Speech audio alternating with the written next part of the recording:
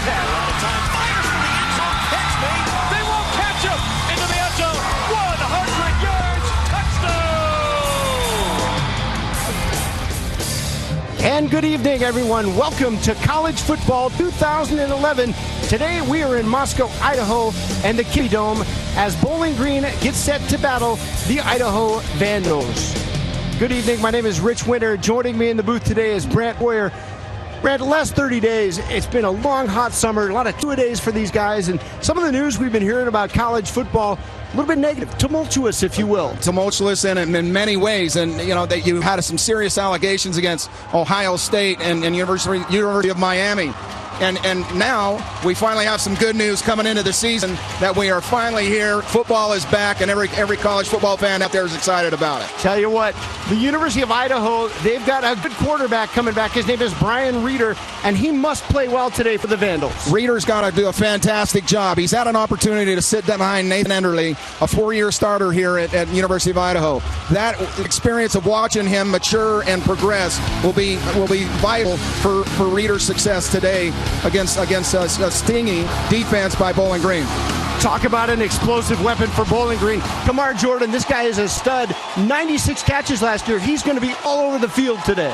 Kamar Jordan is a fantastic receiver. He's on the Blitnikoff watch list as the nation's #1 receiver. He is a fantastic player at 1,100 yards from the line of scrimmage last year. Look for him to be a pain in the butt for the defensive coordinator of University of Idaho. Now, Brad, as a former NFL linebacker, you've got to love defense. And Dwayne Woods and Michael Cosgrove get it done for these two respective teams. Michael Cosgrove is a throwback player in every sense of the word. The long hair, the knee braces, the big beard, you got to love it. This kid is a run plugger in every sense of that word as well. Dwayne Woods is a fantastic player, had 134 tackles last year in their ball games. He is a rangy linebacker all over the place on the football field. Look for good things out of him today. We got a terrific matchup, Toria, from the high plains of northern Idaho. And there's a good look at Rob Akey, the head coach for the University of Idaho. Stay with us. Kickoff is next here on Altitude Sports and Entertainment. College football on Altitude Sports and Entertainment is brought to you by the University of Idaho, a legacy of learning. Learn more at uidaho.edu. And welcome back for the opening game of college football. It is the Bowling Green Falcons versus the Idaho Vandals right here in the Kiddie Dome in Moscow, Idaho.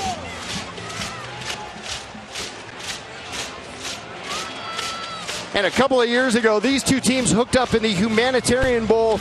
And Brant, it was one of the most exciting efforts of the 2009 college football season.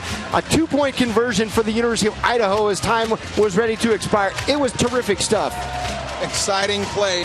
Plays all over the football field, scoring everywhere, and then a heck of a gutsy call coming from Coach Akey to do a two-point conversion and win the ball game. And there is a good look at Bowling Green coach Dave Clausen.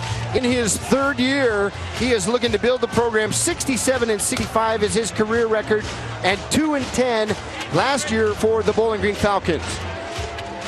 And there is a good look at head coach Rob Akey for these Idaho Vandals. He is an Idaho guy through and through. 17-33 is his career record, and he talked highly about that bowl win and how much it meant to this city and this community here in Idaho. Well, it's huge for any program, not only when you get to a bowl game, but when you win the bowl game, especially in a situation like that.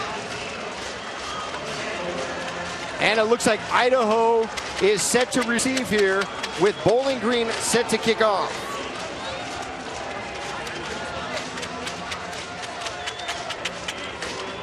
And for Bowling Green, your kicker today, Kyle Burkhardt, is going to be doing the kickoff, or Jerry Phillips rather. And back deep to receive for the University of Idaho. Great kick that is going to be pulled out of the end zone and returned to the 20, and a big hit coming in by the Bowling Green team. Exactly how you want to start this ball game. When you go down there, you fly down there, first kickoff of the year. You fly down there, tackle them, and right around the 20-yard line is exactly what you want to do to start this football season. Heck of a play by number 24. And quarterback, the senior, Brian Reeder, there is a good look at him. This senior, Brant, he's played a lot. He hasn't started a lot of games, but he's led them to some come-from-behind wins. He's had over 309 yards against Boise State previously. He is a good one, and we're hoping for some good things from him today. Everything you hear about Brian Reeder, how he's a leader, how he's taken this team over, and he's taken ownership of a leadership position, being the guy now, and he has the keys that make it necessary. And let's take a look at your offensive lineup. First of all, for the University of Idaho, they've got some big people up front that are terrific. Tyrone Novikov, one of the best tackles in the Western Athletic Conference. Very good players all over the place, especially at their receiver positions. They have some injuries in Beldung and Davis, but they have great depth at the wide receiver position. And a little trickery. Idaho's got a man open down the field, and that is going to be a long pickup for the University of Idaho. A big gain. A terrific start here for the Vandals at the Kiddie Dome right here at home. We've been hearing all the talk, reading all the articles about Mike Scott and how much of a difference he's come in. He's a walk-on player. They do a great job of a stutter and go, throw it out there and a halfback pass, and you see the speed that Scott has to get all the way and make that kind of yardage. Heck of a start by the Vandals here, especially early in this football season like this. Scott doing a good job to run away from the traffic there, and a big gain for the Idaho Vandals to put them in scoring position already. And there's a good look at Reeder throwing. He looks on fire early, and the ball completed right away. Another nice completion for Idaho. Here's a look at your defensive starters. Kevin Moore at the end. Ted Follett starting at nose tackle. Very young defensive front and linebacker unit. You have Dwayne Woods, who's a heck of a player. You need some depth. Obviously, they have some depth issues, and then the back end with DB. But Coach is very excited about the depth of the young kids so far, what they've shown in the preseason. And second down at 2. That's going to be close to a first down. In fact, the officials are going to mark the second first down of the game here for Idaho. So inside the red zone, a nice drive starting here for Idaho. Reeder's done a good job on here in the last few plays of just moving the chains. Take what the defense giving you. A little horse collar tackle there, didn't hurt anybody. It's a good start by University of Idaho's offense. And the Vandals lining up in a spread formation. They've got a hand up the middle. A nice gain on first down nearly to the 5-yard line. That is going to be close to another first down for the Vandals. I love the mix Coach Axon, Steve Axman, the offensive coordinator, is given to Bowling Green's defense. He's running it. He's trying some plays, trying some short, easy passes to get your quarterbacks some confidence. Now you got second short exactly where you want to be. Big size mismatch on Scott out on the corner, number 18. Look for them to go there, especially to the wide side of the field. Brant, one of the things I want to talk today about is Ryan Bass here for the transfer from Arizona State. They've got multiple running backs for Idaho that can do a good job. We've got a rollout from Reno and a touchdown. Vandals lead it. A beautiful rollout play from the Idaho Vandals. Reeder, Mike Girl, does a great job of misdirection. And what you have is a Bowling Green defense that doesn't know they're off guard. They don't know what they're doing right now because of all the misdirection plays, the trick plays, so they're very hesitant on what they're doing. Great play calling by Coach Steve Axman, the defensive coordinator at the University of Idaho. And it's a terrific start for the Idaho Vandals as they lead it 7-0 over the Bowling Green Falcons. Stay with us. Coming up next after the break.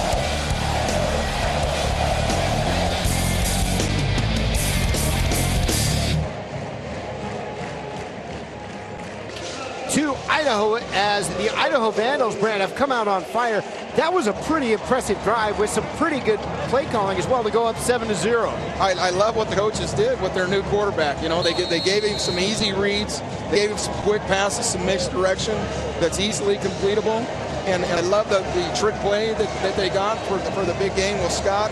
Fantastic opening series for University of Idaho. Exactly what Coach Jakey wanted. Trey Farquhar set to kick it off for the Vandals. And back deep for Bowling Green. It's going to be a nice return right across the 20. And a big stick on special teams there by number 7, Trey Williams. Heck of a play. 2 big sticks on special teams. You got to love these young kids. Backup players running down and knocking the heck out of people. You got to love college football. You get the backups running down there, you know, with all their might. You get them down there and you're making tackles everywhere. They're making plays. Exciting start all over. And now we get ready to take a look at Bowling Green. Matt Schultz. There's just a look at last year's numbers: 60.7 on the completion percentage and at just over 2,200 yards. And we're going to get a run up the middle right away. And a big stuff inside for the Idaho Vandals. Dave Clawson talked about, when I talked to him in the pregame, he talked a lot about being able to establish some sort of the run. You see his point right here. Here's a look at your offensive lineup for Bowling Green. Really good up front. Jordan Rusas in there. Ben Boychich has switched from center to tackle. We'll keep an eye on that and tell you about that more as we progress along through the day. Schultz is going to work out of the shotgun this time. It's going to be fake the inside handoff and finds an open man. A nice gainer for Bowling Green. Great. Now here's a look at your Idaho defense. Charles Smith Jr., Carell Kearney, Trayshawn Robinson, a big man in the middle. And here's a look at your backs and safeties for the University of Idaho. Coach Akey starting to feel like his defense is finally coming around from a very porous defense last year. He has some real good confidence in the mix that he's got with veterans and younger players, especially his front 7. And again, Schultz going to work out of the shotgun. Got a man in motion, and the inside handoff. Nice play, pulled down from behind for the Idaho Vandals. Great defensive play again. Yards for loss for Idaho. Vincent Mayala did a great job of using his hands, shedding the blocker and making that tackle. Puts Bowling Green in a bad situation in second long with their young quarterback. It's exactly on the first or second drive of the year where you do not want to have this kid. Look for some type of screen or easy play right now for these guys for Bowling Green to get some yards back and put them in a manageable third down situation. And a little shift on the line. Schultz, ball is batted down. Another big play inside for the Idaho Vandals. Great job, Mayala, again, of getting your hands up. Heck of a job by Etienne, the D-line coach, of teaching his guys to fight off the cut block, get your hands in the air, and bat down those passes. And now we come up to a 3rd and 12 situation for the Falcons. Schultz going to work out of the shotgun. Got 3 guys split out to the right.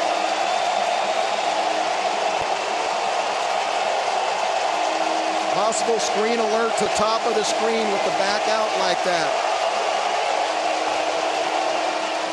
And again, Schultz going to look downfield. A little bit of pressure. Nice find over the middle. And a first down completion for this Falcon offense. Here's what you're going to find in today's ball game. These players have not played in many months.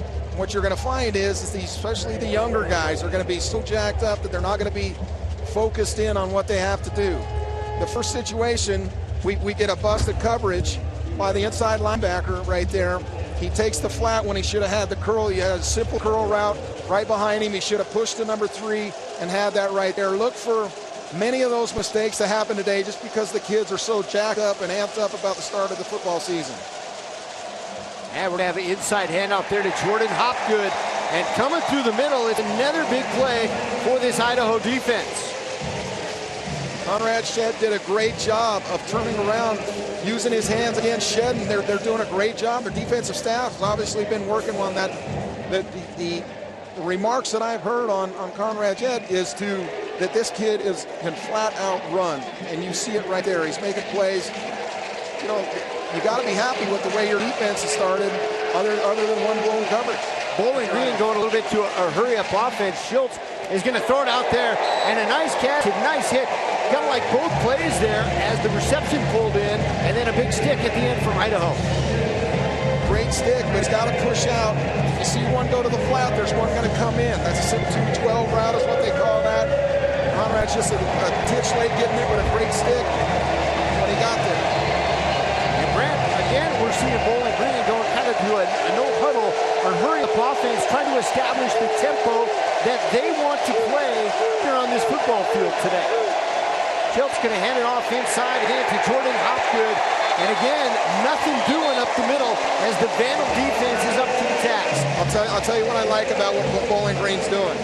In the first part of this football season, no matter what your conditioning level is, no matter how hard you do conditioning in camp, you're going through 2 days, your legs are going to be sore, you're going to be tired. Even though they give you a break, the first part of the season is always a gut check time for you because you're always going to be out, you're not in game shape. 4th and 5, a gutsy call here just across midfield. And Schilt's showing some mettle, but that ball is knocked out of there, perhaps dropped. And it is going to be a turnover on the play. Ball goes right back over to Idaho. Pretty gutsy call this early in the game for Bowling Green. You know, I like it, though. What he's doing is he's telling his team, you know, Coach Clausen's saying, hey, guys, I believe in you. And I'm gonna show you how I believe in you by going for it here instead of getting a net on of 20 or 30 yards to get you down there. Now I like the call. You know, that they did a great job. Grimes did a great job of sitting on the curl, batted down the pass, and you get the ball turned over. Grimes is one of those guys. He is a junior and already a couple of letters for this team. And here comes the Vandals. They're going to hand it off inside again. A short gain up the middle. We're going to call it 2nd and 9 for this Vandal offense. Now you see a little bit of the hurry up from Idaho. You know, I like the gamesmanship that they're showing here.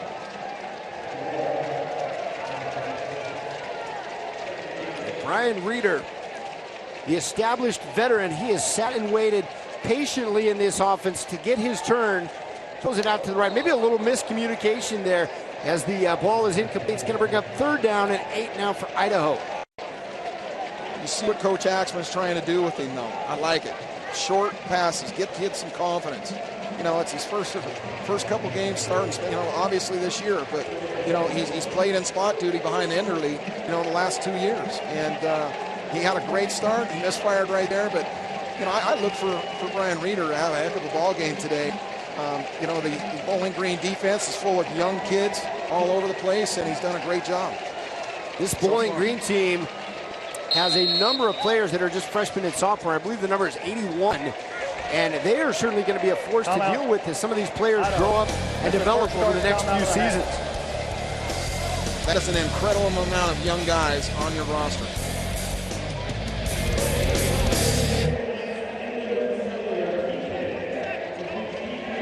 To the Kibbe Dome in Moscow, Idaho. Big 3rd down coming up for the Idaho Vandals, 3rd and 8. And Brian Reeder is going to be working out of the shotgun this time. A couple guys split out to the left. He's going to look right, then throw right. Nice precision route, knocked down, but some great defense coming up for this Falcon defense. That is number 8, Cameron Truss, who is only a sophomore. The coaches spoke really highly about Truss being a player that got burned a little bit last year as a true freshman, but has made gigantic steps forward here coming into his sophomore year. Well, that's part of the learning process when you have young kids playing all over the football field. You know, they're going to learn and they're going to make mistakes.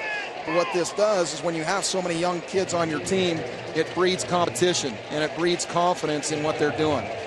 This Bowling Green is going to have one heck of a team here in the next few years, I'll tell you that. Bobby Cowan set to punt. Got a good punt high and away. Is going to be a fair catch called for by Eugene Cooper. And that is going to leave some pretty good field position for this Bowling Green team. They're going to start right at around the 24-yard line. Stick around, more coming your way from Moscow, Idaho.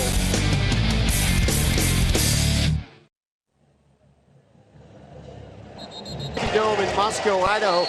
That's a good look at Vandals coach Rob Aiken. He's got to be pleased so far as his team has jumped out to a 7-0 lead. But Bowling Green has shown signs and flashes. It's like Schilt might be trying to check off a little bit at the line. Fake inside handoff. He's going to roll out. He's going deep, and he's got a man open. That is a big, big play. It's going to go for inside the 5, and it is ruled A touchdown. Great play there by the Bowling Green offense. Shields to Cooper. Long touchdown. A double move on the outside. Cooper does a great job. Misdirection play. You get a stick and go on the outside by Cooper. Does a heck of a job reeling in. Great throw by Shields. And a heck of a way to tie this ball game up. Exactly what Bowling Green needed to do to get back in this ball game. That is going to give and breathe some life into this Bowling Green team. They had some problems in the kick department last year, especially the field goal area, so we're going to keep an eye on that. But no problem, straight and through that time for Kyle Burkhart. And that is going to tie it up. Man, oh man, that is really some impressive stuff, Brent. It is so great to see college football back and see those explosive plays happening right up here in Idaho. Oh, I love the play call. You know, you get the misdirection, so everybody thinks that, you know, and you look at Shields, his eyes are down the field the entire time. Cooper does a great job of the stick and go and does a great job of reeling it in.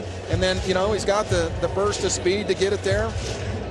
You've got to love how they do, you know, how they came out and answered the bell when they needed to. You know, Brand, it was so interesting in some of the preparation for the game. Looking at last year's teams, these two teams gave up the run like a sieve.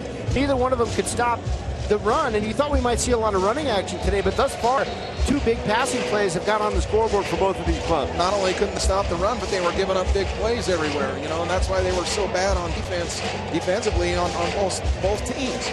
And, you know, I think they were last in the conference. You know, University of Idaho was giving up almost 180 yards rushing, almost 190, matter of fact. And now you see them come out, you do some misdirection, you get a big play, and that's exactly what Bowling Green needed to do. We'll see what Idaho can do. Back to Matthew Harvey and Tracy Carter. It's like Carter going to take the ball at about the 5-yard line. Got a little seam, and he's going to get across to about the 22-yard line. Call the return about 18 yards, and here come the Vandal offense once again. Vandals offense has some success. You know, they've picked up the pass so far. They've sprinkled in some runs. They've had some success running the football. Look for them to go right back at it with their Arizona State transfer Bass on this series. Some of those big guys up front, Grant, 6'3.5". They average around 309. And, you know, you got to think at some point they're going to try to run the ball a little bit. There's a good look at your running back, the transfer from Arizona State. And that, of course, is Ryan Bass. We thought he'd get a look today, and already 3 or 4 carries for this young man who Coach talked is like 3rd or 4th running back on the depth chart. You know, when you talk to Coach Akey, he mentioned over and over and over how much depth they had at running back. And I think what you're going to see as this game goes on, as the season goes on, that Ryan Bass will be their workhorse. He's going to get the majority of the carries. He's a thick guy, runs everywhere, and you hear the quote from Coach Akey saying, "I'm glad he's on my team." That'll show you what he thinks of that young man. Bass goes in motion that time. Kama Bailey, who works as the running back, into the slot that time. And instead, they're going to find an actually going to be completed pass to Cameron. At any rate, it is going to be 2nd down, and we're going to call it around 4. Pick up about 5 on the play. Reeder did a great job of looking at the front side. The front side wasn't there. He came back, got what the defense gave him, and did a heck of a job of completing that ball. Here's Brian Reeder again. Take a look at Bass. Big hole up the middle, and that is some punishing running at the end as Bass picks up the 1st down and more. He is a good-looking running back, Brant. He looks great. Look, he has the quicks to get it outside, and he's a thick-looking guy. You see the quicks to pound it out. You see a slant from Bowling Green's young defense, and you got to have a linebacker coming over top if you're going to make that slant to the weak side. And now Princeton McCarty checks in at running back. That's your running back by committee today. As Reeder throws it across the middle. No flag on the play. Looks like it was close on the defense. At any rate, it will be 2nd down and 10 now for Idaho. You know, you talked about Idaho's offensive line. They have 3 starting players that came back. Your big 2 tackles, and you have one of your guards. You had to sprinkle in a center and a guard, and they've done a fantastic job of coming together and Coach Akey said that, you know, it was a marked improvement from what his offensive line looked like last year compared to what they are this year. Take a look at the center, Mike Marbo, is only a freshman. And there again, we're going to have a handoff up the middle. Princeton McCarty with one of his first carries of the day. And you tackle Javon Leacock for the Bowling Green defense. Javon Leacock was second on the team in tackles as a safety. That is never good. As good a player as he is, he came up, made a great open field tackle right there. They had some room. He couldn't get away from him and kept his head going, his feet going, and he got him to the ground. But it's never good when your safety is second on the team in tackles. And Ryan Bass back in there at the tailback slot.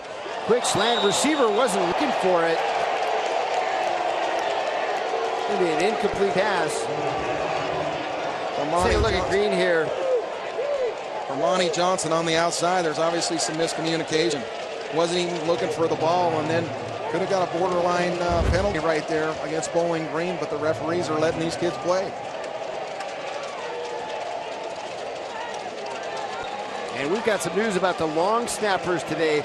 Brian Schmeidebusch, one of the guys we're going to talk about today, and Brandon will let you know more. Nice punt that is actually not going to be able to be returned, goes out of the end zone, and that means, of course, that Bowling Green will get it coming out to the 20-yard line. Look for Bowling Green to come back with a run now and try to get some running yards in there to soften that up front seven that's doing such a great job against the run, for Idaho's defense right now. Look for them to come back and try to pound the ball directly at that Idaho front. Thus far, pretty evenly matched group here. And an inside handoff, maybe a pickup of 2 on the play for Bowling Green.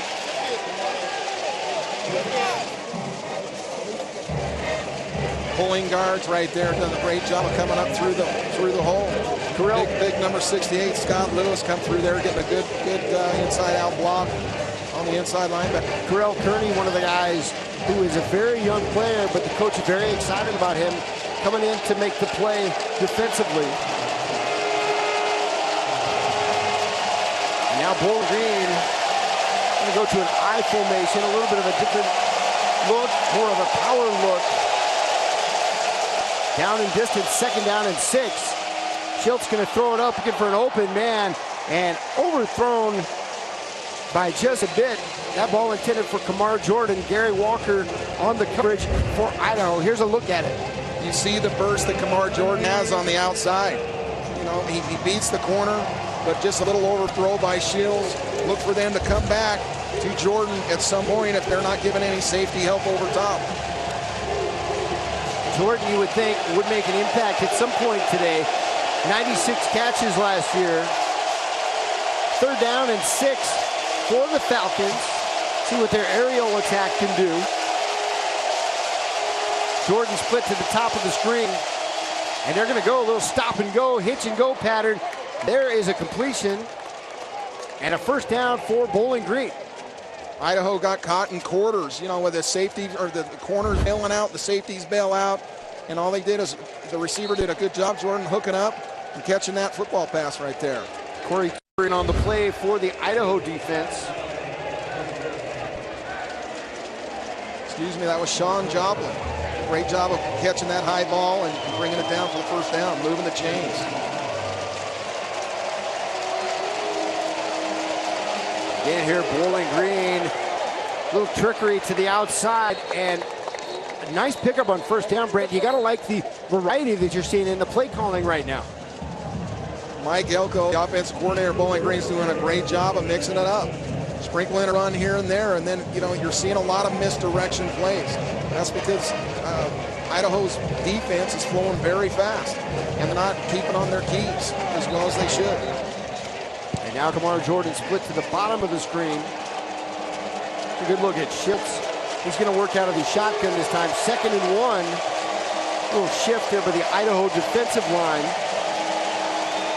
Again, Schiltz looking comfortable in that pocket. Beautiful throw and catch. And that is Kamar Jordan. Look at how he caught that, Brent, with 2 hands. That is NFL potential right there. Yes, it is. He's got the speed and the burst to make a lot of things happen. You see the back go out in the flats. Kamar Jordan does a good job of curling in, gets to the sticks, comes back, makes the catch, 1st down, Bowling Green. And there, Brant, you see it again, a little bit of hurry up by Bowling Green, trying to get up to the line quickly. This time one receiver, Jordan split wide to the top, and more of a power formation. Team in this situation love to take a shot here. Kamar Jordan is in double coverage on the outside. Again, Jordan Hopgood, who is really their main returner. Aaron Grimes on the play defensively, but Hopgood is the main returning running back, at least for this Bowling Green squad. And thus far, another good drive. Bowling Green really putting it together offensively. Yes, they are. Hopgood does a good job of coming, replacing Willie Jeter. And, when Willie Jeter left, he was a heck of a player for Bowling Green. Now they're coming back, and you've got Hopgood that's stepping in, doing a fantastic job. And again, another aggressive formation. 4 receivers in play for Schultz here. Hopgood trying to urge him to hurry up a little bit. Schultz going to work to his left, rolling left. This time he's going to put his head down, trying to get to the sideline. Showing some wills is the young sophomore quarterback from Bowling Green. You see a little of the maturity from his freshman year to his sophomore year right here. You see him, you'll have a receiver coming across the middle. The inside linebacker does a great job of getting under the receiver. Shields doesn't try to force that ball in and risk an interception, especially in this point of the field. And I love his decision making right there, and that's the maturity process of a really young guy who's had some games under his belt. Now he's coming in and he looks like he's doing a solid job thus far. Coaches talked a lot about him. That is Eugene Cooper again.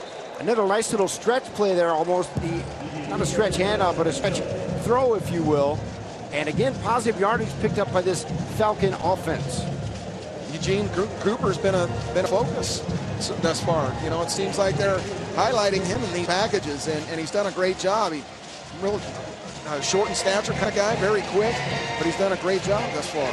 5'9", 181 pounds. He's a senior from Mount Vernon, New York.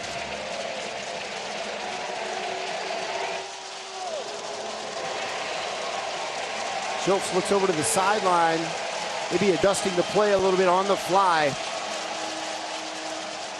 Again, there's Hopgood up the middle. This time stood up, and a big play inside for the Idaho defense. It's like Andre Ferguson in on the play for Idaho. Trayshawn Johnson, the Mike linebacker, did a great job of checking in cover 2. They knew they were in a bad position.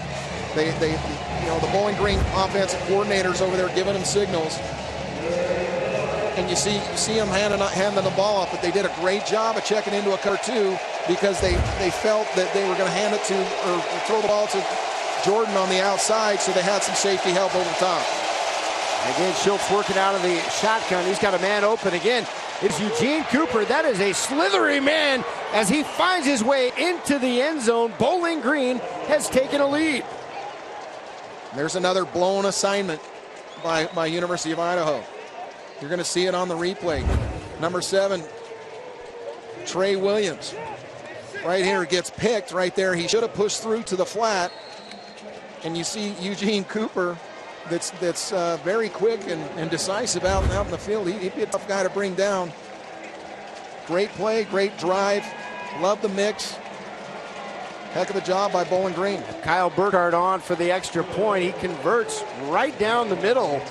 And suddenly, a little bit quiet here in the Kibbe Dome as Bowling Green. Clausen has got to be absolutely thrilled with the start. Here's another look at it. Schultz is going to drop back, look right to his left. And Cooper, the advantageous blocking out there, the shifty wheels, he's into the end zone, and Bowling Green has assumed the lead. They're up 14-7 here on the road. Dave Clausen mentioned numerous times to us that his offensive line was better. Last year it was an absolute mess. You had injuries all over the place. You had D linemen coming in and playing, playing offensive line. Now these guys seem like they've gelled a little bit. Gave Schultz great protection. Got the ball to Cooper. Now they take a 14-7 lead. I tell you what, the statistics, Brent, are piling up already. Bowling Green has 170 yards passing already, and we are still in the first quarter. Got 1:33 left, and he could be well on his way to a career high, which I think is 287 yards as the young man's career high. done a fantastic job of managing the game thus far. Coach Akey's got to do something to eliminate the big plays, but that's something we talked about earlier. You know, it's your first game of the season. The live bullets are flying. It's not going to be like it is in practice where everybody's going 80%. The bullets are coming, and you've got to push through and make those plays. Grant, when these two teams hooked up in 2009, it was a special game and a special return inside. Got some wheels inside for the Idaho offense, and that is going to be a great start across midfield and down to the 30-yard line for Tracy Carter, 5'11", the sophomore from Mesquite, Texas. Tracy Carter does a fantastic job. Number 19 of the return team. And there is laundry on the field, Grant. That is a shame. A nice return upside for Idaho. You're going to see the holding penalty right here coming up. You see the jersey twist right there. Does a great job of returning the football, but it's the big plays. You just lost 50 yards of field position right there. That's something in the, like I said, in the early part of this season that it's going to go right back. You'll see him get a better look at the penalty right here. You'll see that he gets past him and he pulls his jersey. Anytime you see that jersey stretch, Justin Hernandez has got to get that hand off his back and let that one go. Brant, early on in the season, how many more penalties do these teams usually get in the opening game versus what you might see week 5 or 6? A ton. And that's just a product of focus. It's a product of being, in the first game of the season, and the real bullets are flying. And the system, it's the first time when all you see is so fast out there, all you see is color flashes. And obviously, if you're not technique sound on your keys, then that's going to happen. That was a dangerous pass by Brian Reeder. Cameron Truss got a hand on that with nobody in front of him. Had he caught that, we'd had a 21-7 ball game here for Bowling Green. Very dangerous pass by Brian Reeder. He's got to be smarter with the ball than that. That'd have been a pick 6.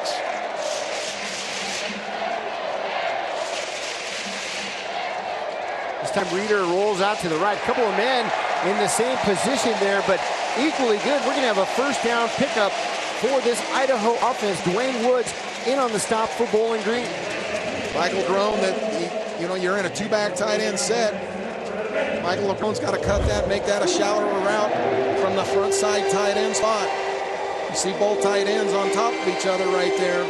LeBron's got to make that block right there. That'd have been a big gainer if he'd have got that block and shallowed up his route.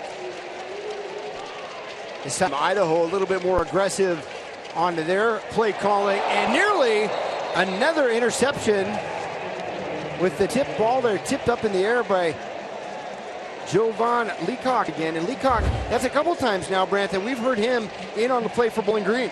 Leacock's a heck of a player, and you see it go right off the fingers. Leacock doesn't watch the ball go into his hand and secure it before he hits the ground. Missed opportunity for Bowling Green. That's going to bring up a 2nd and 10 now for Idaho. Ryan Bass is back in the ballgame at tailback. And a nice rush time. We're going to have a good tackle on the outside, pass completion, but a very, very limited gain. In fact, they might be wiping it off. It's like maybe no catch on the play for Idaho. Mike Elko is starting to dial up the blitzes. You have a Mike safety blitz from the field side, looking to get some pressure on the quarterback with limited experience. Brant, how exciting for the Bowling Green fans watching and tuning in to watch us today to see their defense step up and make some plays after just really being porous and horrendous in 2010. As young as this football team is, you've got an exciting future for all you Bowling Green fans. And you see that they're trying to dial up the heat again. It's going to bring up 3rd and 10. Pressure handled well by Idaho. Pass is going to be incomplete. That will bring up another 4th down. Cameron Truss, again, that's about the 3rd time we've called his name. Truss having a good ball game on the outside for Bowling Green. I love what both coaches are teaching those kids out there on both sides of the ball, the offensive and defensive coordinators. You see Reeder check to go to a pass. The defense, Woods, calls a cover 2 scenario where the corners are on top, have safety help, and it messed up Reeder's read, and obviously they complete the 3rd down, and they have to punt the football. It's probably a smart decision. Eugene Cooper back deep to return for Bowling Green. He is a slithery guy, Brandon. Already looking at his statistics, Eugene Cooper with 3 catches, 106 yards, and 2 touchdowns. Eugene Cooper has gotten it done so far for Bowling Green. He's been fantastic. I think that's a product, you know, when we first started looking at this game with Kamar Jordan on the other side, you know, you've got to have a receiver opposite of him because you're going to get double teamed the whole time on Jordan's side. So I think that's great that Shields is finding Cooper, and they're doing a fantastic job so far. Now here comes the Bowling Green offense once again. A handoff, just about everything working. A long run, blown coverage again. Finally caught up to, but down to the 20, inside the 20. Another big play for this Bowling Green offense. Big play has been and continue to be the downfall of this Idaho defense. When you see a misdirection play, when you lose backside corner, and the backside end have got to fold back and make that football play and turn it into all their help.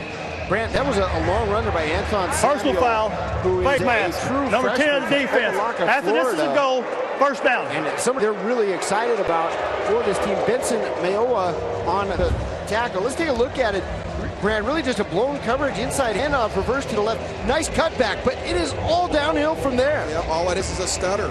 And the running back does a great job coming back, seeing the open hole.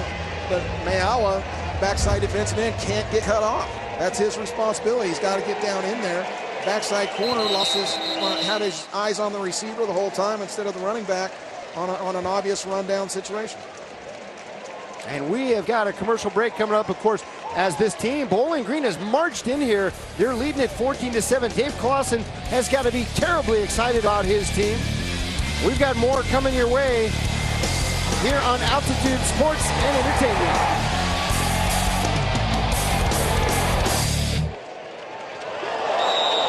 Idaho, where the Idaho Vandals are trailing. They're the home team, but Bowling Green, the Falcons, have come in and jumped all over this team, leading 14-7 and threatening again here early in the second quarter. Getting your handoff inside, Jordan Hopgood burrows inside for another touchdown as Bowling Green goes nuts again, Brent. A terrific play by Bowling Green. Heck of a start, I'll tell you that. Bowling Green's got to be ecstatic the way they're running the football. You see the 2 big guards pulled. Does a great job of running that ball in, diving into the end zone. I'll tell you what, Rob Akey and his defensive staff, they'll get together and stop these big plays. Well, this is going to be a long ball game for them. And Kyle Burkhardt on for the extra point. He's been a busy guy today. 3rd extra point attempt. Oh, off the goalpost. And Brand, we're going to keep our eyes on that. That may come into play later in this game. These two teams have a history with one another. But right now, Bowling Green has taken the lead, 27. Stick around, more coming your way on Altitude Sports and Entertainment.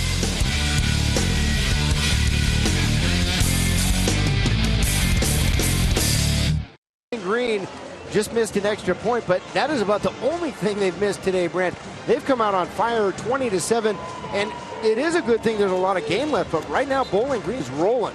Give the game ball to Warren Ruggiero, the offensive coordinator for Bowling Green. He's dialing up some play calling that is unbelievable right now. He's got Idaho Vandals on their heels, and I really think that Mark Reiner, defensive coordinator for Idaho, has got to step up and start making some calls and get a little more aggressive.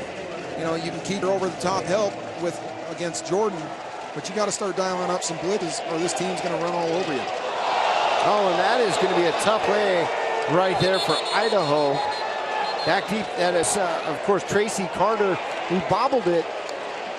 And instead of a potentially good return there, it is going to be Idaho backed up to their own 2-yard line. That is a tough mistake, Brent. That's unfortunate for Tracy Carter.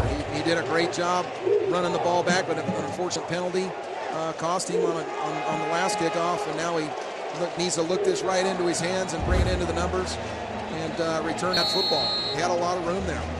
Now it's in a very bad situation, backed up when you're down 20-7. Now we're going to find out what this Idaho offense is made of. You need to rely on that big offensive line.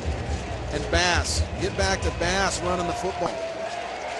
Bass get some push from those big boys up front. They are lined up in a tight formation. Looks like Bass trying to bounce it outside a little bit. And that is going to be a good pickup on first down to get them out of a little bit of trouble. Bass does a great job of bouncing that out. For a 6-yard gain, does a heck of a job. And instead of back up right there, take a look at Bass. He takes it up middle, then fakes it outside, uses his blockers very well. Cameron Russ has got to keep his outside shoulder free. Anytime you do that, you always keep your outside shoulder free.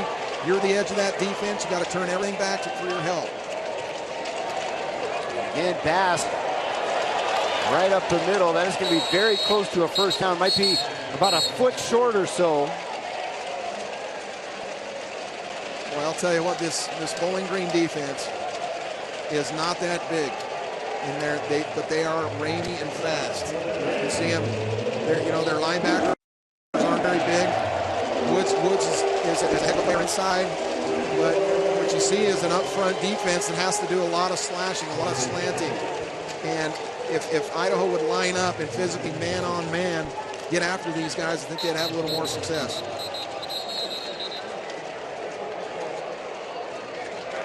Substitution infraction. Offense, breaking the huddle with 12 players. 5-yard penalty, remains second down. Rich, this is what we talked about right before the game. We said there were going to be a ton of dead ball penalties, a ton of missed assignments, and you're seeing it rear its ugly head here today. Idaho there attempted to mass substitution, really substitute out all of their skill players, and they got caught with their hand in the cookie jar, if you will. And it's a penalty they're going to call every time. And right now, we're backed up 1st and 15 as Reeder going to throw out of his own end zone. That's going to fall incomplete. And boy, Reeder took a shot at the end of the play there from this Bowling Green defense. Kevin Moore did a fantastic job beating the tackle on the outside, getting some heat on Reeder. What you don't want to do if you're Idaho right now is put this quarterback with limited game experience in a situation like this. What you need to do is you need to have a draw here or a screen or something like that so your quarterback doesn't make a mistake and put this game out of reach for you. Reeder going to work out of the shotgun. You called it, a little screen out to the left. Bass showing a good receptive ability.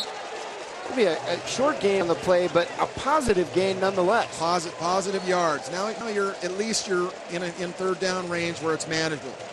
Make it simple on him. Give him some misdirection plays on a bootleg, something like that.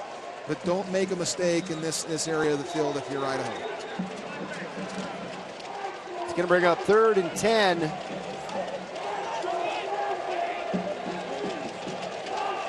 A spread formation for Idaho. Get to the sticks, move the chains.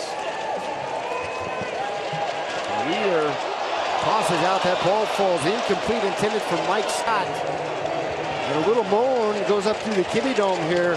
The fans becoming a little bit restless here as Idaho struggles on offense again. Scott ran a great route, got to the sticks, ran a simple route. You're gonna see him here.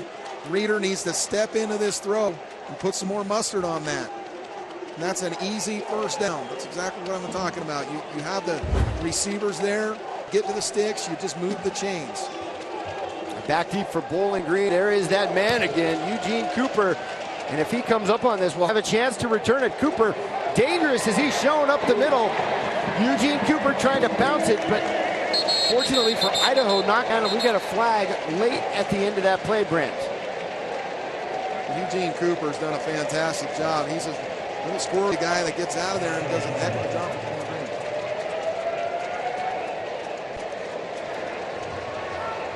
Blocking the back, number 9 of the return team. 10-yard penalty, first down. And blocking the back there called. When we come back, Bowling Green will take to the field. They lead it right now 20-7. Stick around.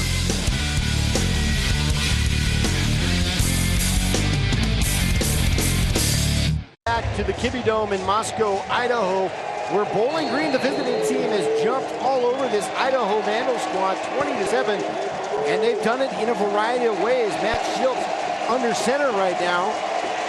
In a tight formation, Jordan Hopgood takes the handoff, and he barrels through the middle for a pickup of about 5. I think what you're seeing here is that University of Idaho is so protected of the deep ball for Jordan that they're running cover 2 all the time. You've got to mix that up.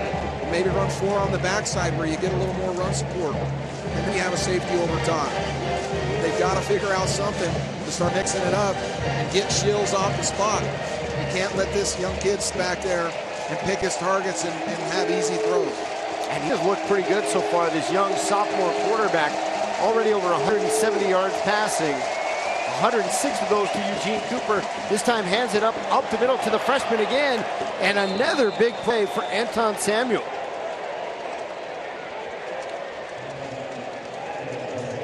Boy, that is a great job. I'll tell you what I've been very impressed with is this revamped offensive line of Bowling Green. With all their problems last year, they have done a fantastic job. You see them get a really good push. You know, we have missed tackles. That's what you're going to get early in this football season. You know, Andre Ferguson, D-Van should cave down in there and make that play. Grant, I love your comment about the push. On that play, the offensive line got 2 or 3 yards downfield before we ever saw a black jersey involved. This time fit to the handoff. Schiltz going to look to throw deep. And again, a blown coverage.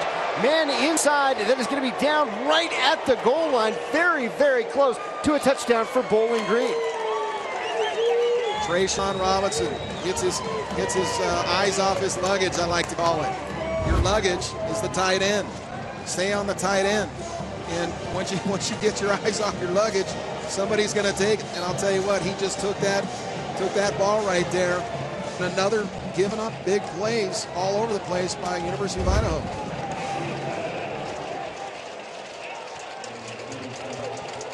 This time Samuel back deep as the tailback. I think a handoff right up the middle, and an easy score inside as Bowling Green punches it in. And again, that offensive line, Brant, they are just ripping it up inside. They are dominating the revamped, up front 7 of Idaho. You see some great push, sealed off the backside end right there. Did a great job. Good push by left tackle over there, Ben Wojcik. Again, Kyle Burkhardt has been a busy man today. No attempt to go for 2, but we do have potentially a timeout on the field. Clausen running onto the field late. Perhaps thinking about a 2-point conversion, if you will. Bowling Green. Well, I think we had some substitution here. I don't think you had a wing there that timeout. I don't think you had a wing there that had the experience there at wing, and they thought about taking him out and putting somebody else in, but they told him to stay in. Didn't have enough time to kick that football. Possibly a waste of a timeout right there, especially in this end of the field.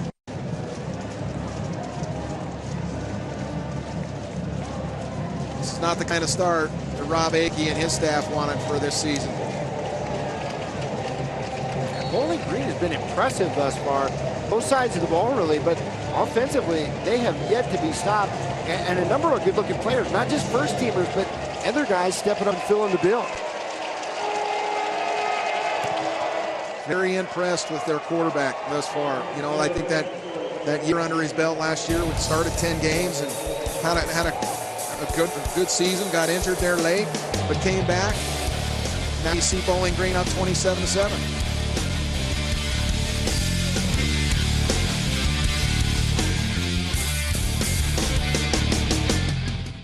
Over Idaho, they lead it 27-7. Your scoring drive, that last drive was quick and efficient. 4 plays, 53 yards, and a 1-yard rush from Samuel that gave Bowling Green this big lead. Again, give credit to the offensive line and the play calling of the Bowling Green coaches. They've done a fantastic job thus far. When you come into a hostile environment in this building, first game of the year, and you're up 27-7 in a short amount of time, you got to feel good if you're Dave Clausen and his staff. Back deep for the University of Idaho. There's a good look at your kicking specialist. Jared Phillips actually handles the kickoffs. Again, back deep, number 14, Tracy Carter runs it up the middle A big hit, but at least positive yardage this time as the Vandals will start at their own 23-yard line. Great job of covering the kicks right there. Dante Dell, backup wide receiver, comes off the edge of the 2, puts his hat right on him. Heck of a stick. You're going to see him, hits him right in the midsection. Great stick. Backup receivers usually don't hit like that, Rich. I've not seen it a lot in my day, but that is a good play. And you love to see your guys coming off the bench that don't get a lot of playing time really performing like that on special teams. That's the depth and the competitiveness that you want to see from your young players. This time Reeder pass deep and over the middle. Flags all over the place as the Vandals go for the home run ball on first down.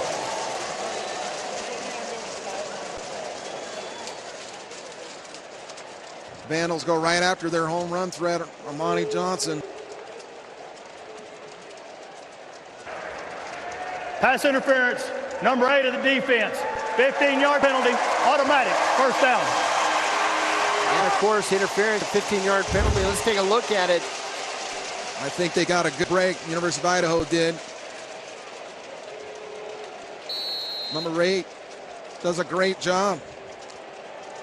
Cameron Truss does a great job. Reeder gets hit as he throws ball. Lowe gets taken to the ground. Now Reeder trying to lead his team back. And hand it off to Bass. That's been a pretty good option so far for Idaho. But Brand, you get the feeling that Bowling Green, even the defense has started to feel confident. Strung that play out nicely. Gain of 1 for Idaho. Defensive front's doing a great job of using their hands, bracking down the line of scrimmage to eliminate any cutbacks. Idaho's running a simple press play that's been working to the weak side, but they only got a limited number of yards on first down. But what Idaho's got to be careful, they can't panic right now. There's plenty of time in this ball game to get back into it. And Reeder's going to roll out, heavy pressure, and Reeder just unloads that ball as the Bowling Green defense came in and made another big play to stymie this Idaho offense. Number 24 did a great job of reading color away. So he comes up, feels the hole, and gets some pressure on Reeder. Boo Boo Gates does a fantastic job of reading that and getting some pressure on Reeder. Boo Boo Gates is one of those guys. He's up for the Paul Horning Award this year as one of the most versatile players in the country. And you really saw it coming up from the rover position that time.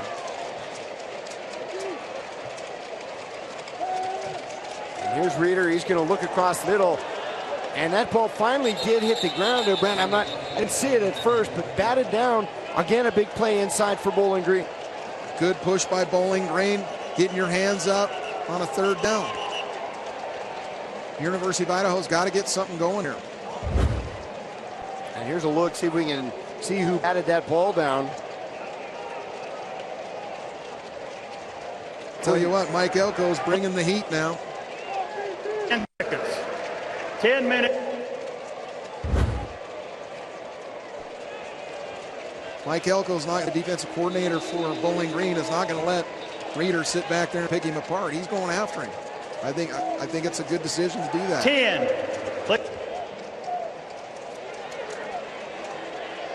It sounds like the official trying to get the actual time correct. Right now stuck at 10 minutes exactly.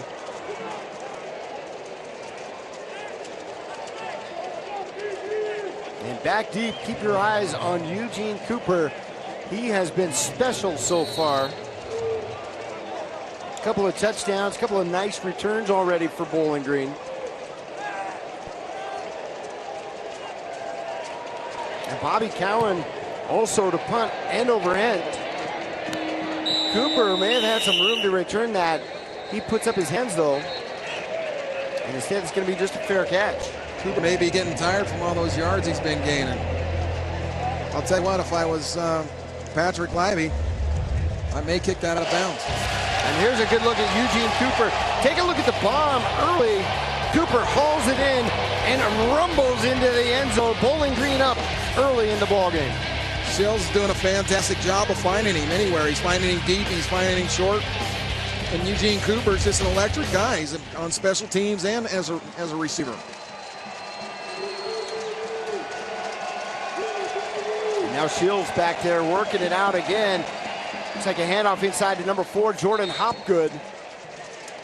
And Hopgood, Grant, they've got a couple of different kinds of backs there. Hopgood appears to be the maybe slower and bulkier of the back, but he is getting positive yardage every time as Quinn Ashley makes the stop for Idaho. Offensive line's doing a great job of pushing that defensive front of Idaho around. I'll tell you what, Coach Akey needs to go in at halftime and get on his defensive front because they're getting pushed around all over this football field.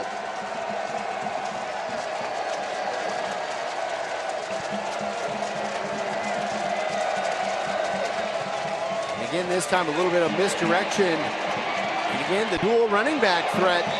This time for Bowling Green. Of course, that is Samuel, the freshman from Florida. And again, positive yardage, easily picks up the first down. Benson Mayowa, the stop for Idaho.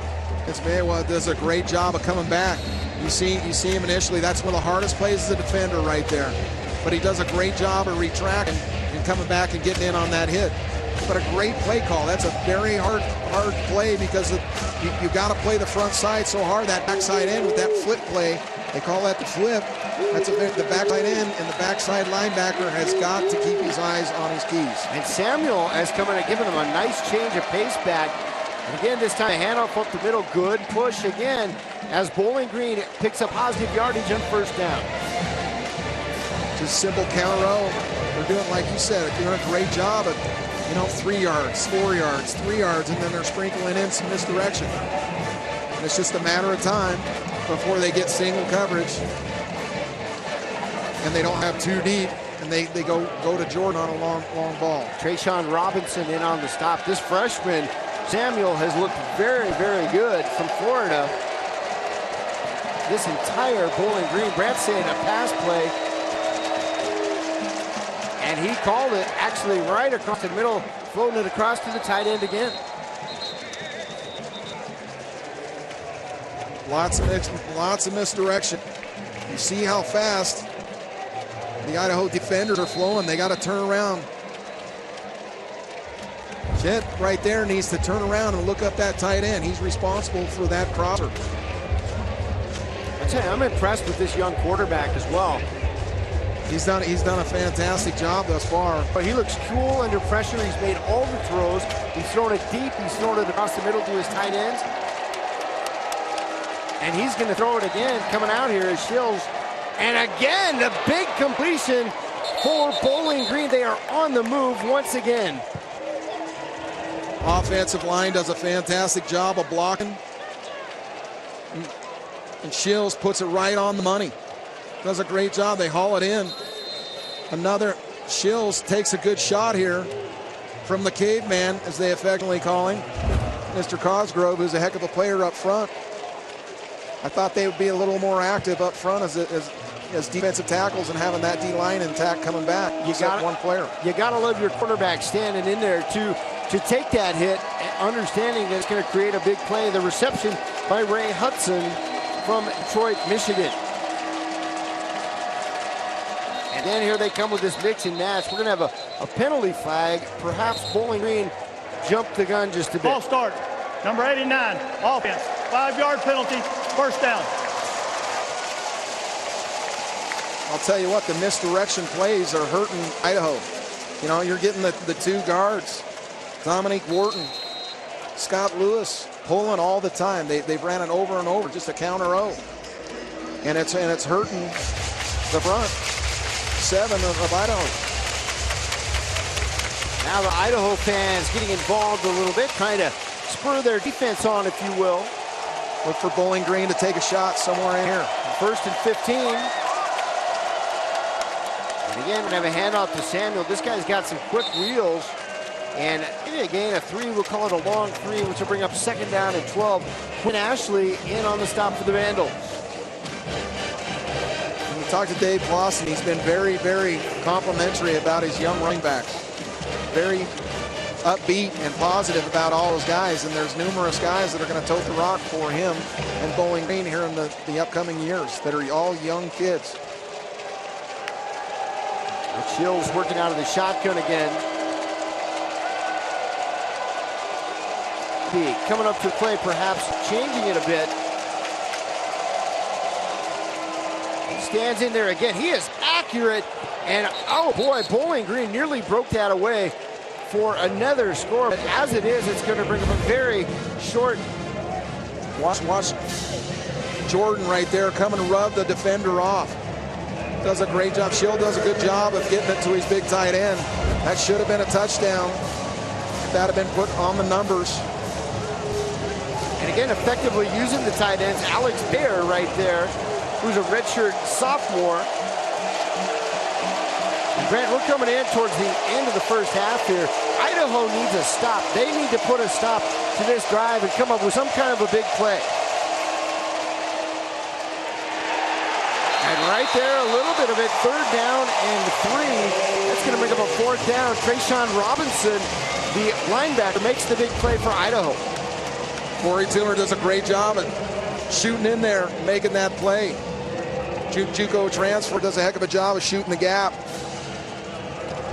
You know, I think that that would have been a perfect case scenario for Bowling Green to maybe put the dagger in and try to go for sure for that 1st down instead of running for it. Instead of settling for a field goal. Bowling Green was 5 of 13 from field goals last year. We'll see if they've got any improvement. Burkhart has been a stud so far today, and he absolutely bangs it through. Progression in the field goal department as well, Brant. You got to give it to Bowling Green all over the field today. They've done a great job of limiting the big plays against. They've gotten big plays for on their offense. Coach Akey and his staff have got to make some adjustments, which you got to believe they will. This is a heck of a coaching staff here.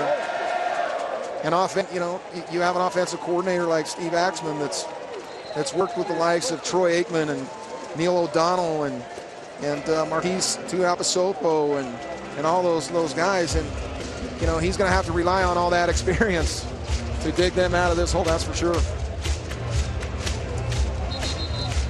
At Bowling Green, it has just been an offensive onslaught today. And the Mid-American Conference better pay attention to these guys. They're picked to finish 5th in the Eastern Division there, but this team easily looks like it could be up that ladder and even contend for a title. Well, with 81 players that are that young on their roster, this is a team to be reckoned with, I'll tell you that, in the next few years. You got to love how these young kids are playing right now. Again, another nice return past the 20. It's been a busy day there for your kick returners. Tracy Carter. Tell you what, Tracy Carter's taking some shots on kickoff now. He's getting belted high. He's getting belted low. You know, no wonder he's not hitting it up in there like he did in the first quarter. Yeah, that penalty, you know, which was a legitimate penalty certainly for them, hurt them on that kickoff return a couple of series ago. They had some good field position when this game was much, much closer. Now they're back to running the football. You know, I think it's imperative for Idaho to get some points, get the momentum swing back in your direction before halftime.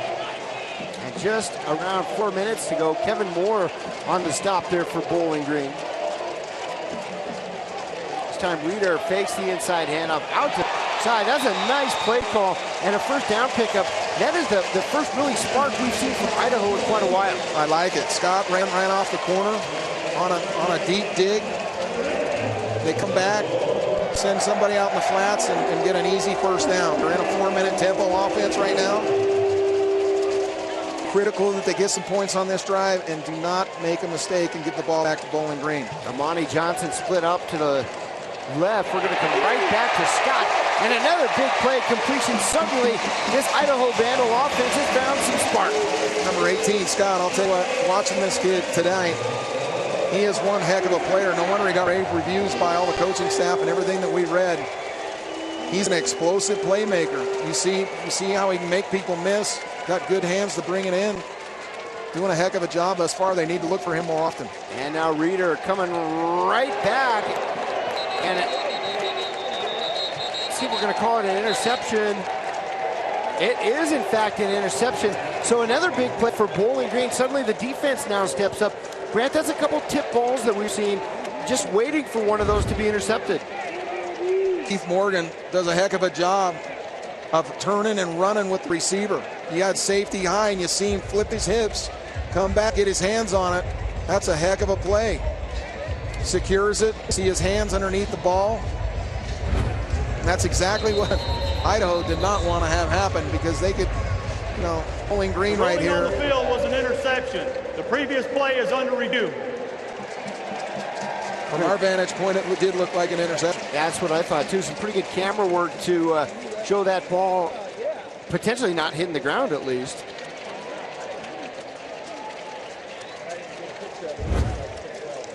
And here's a little closer look at it, Brand. Let's take a peek at it.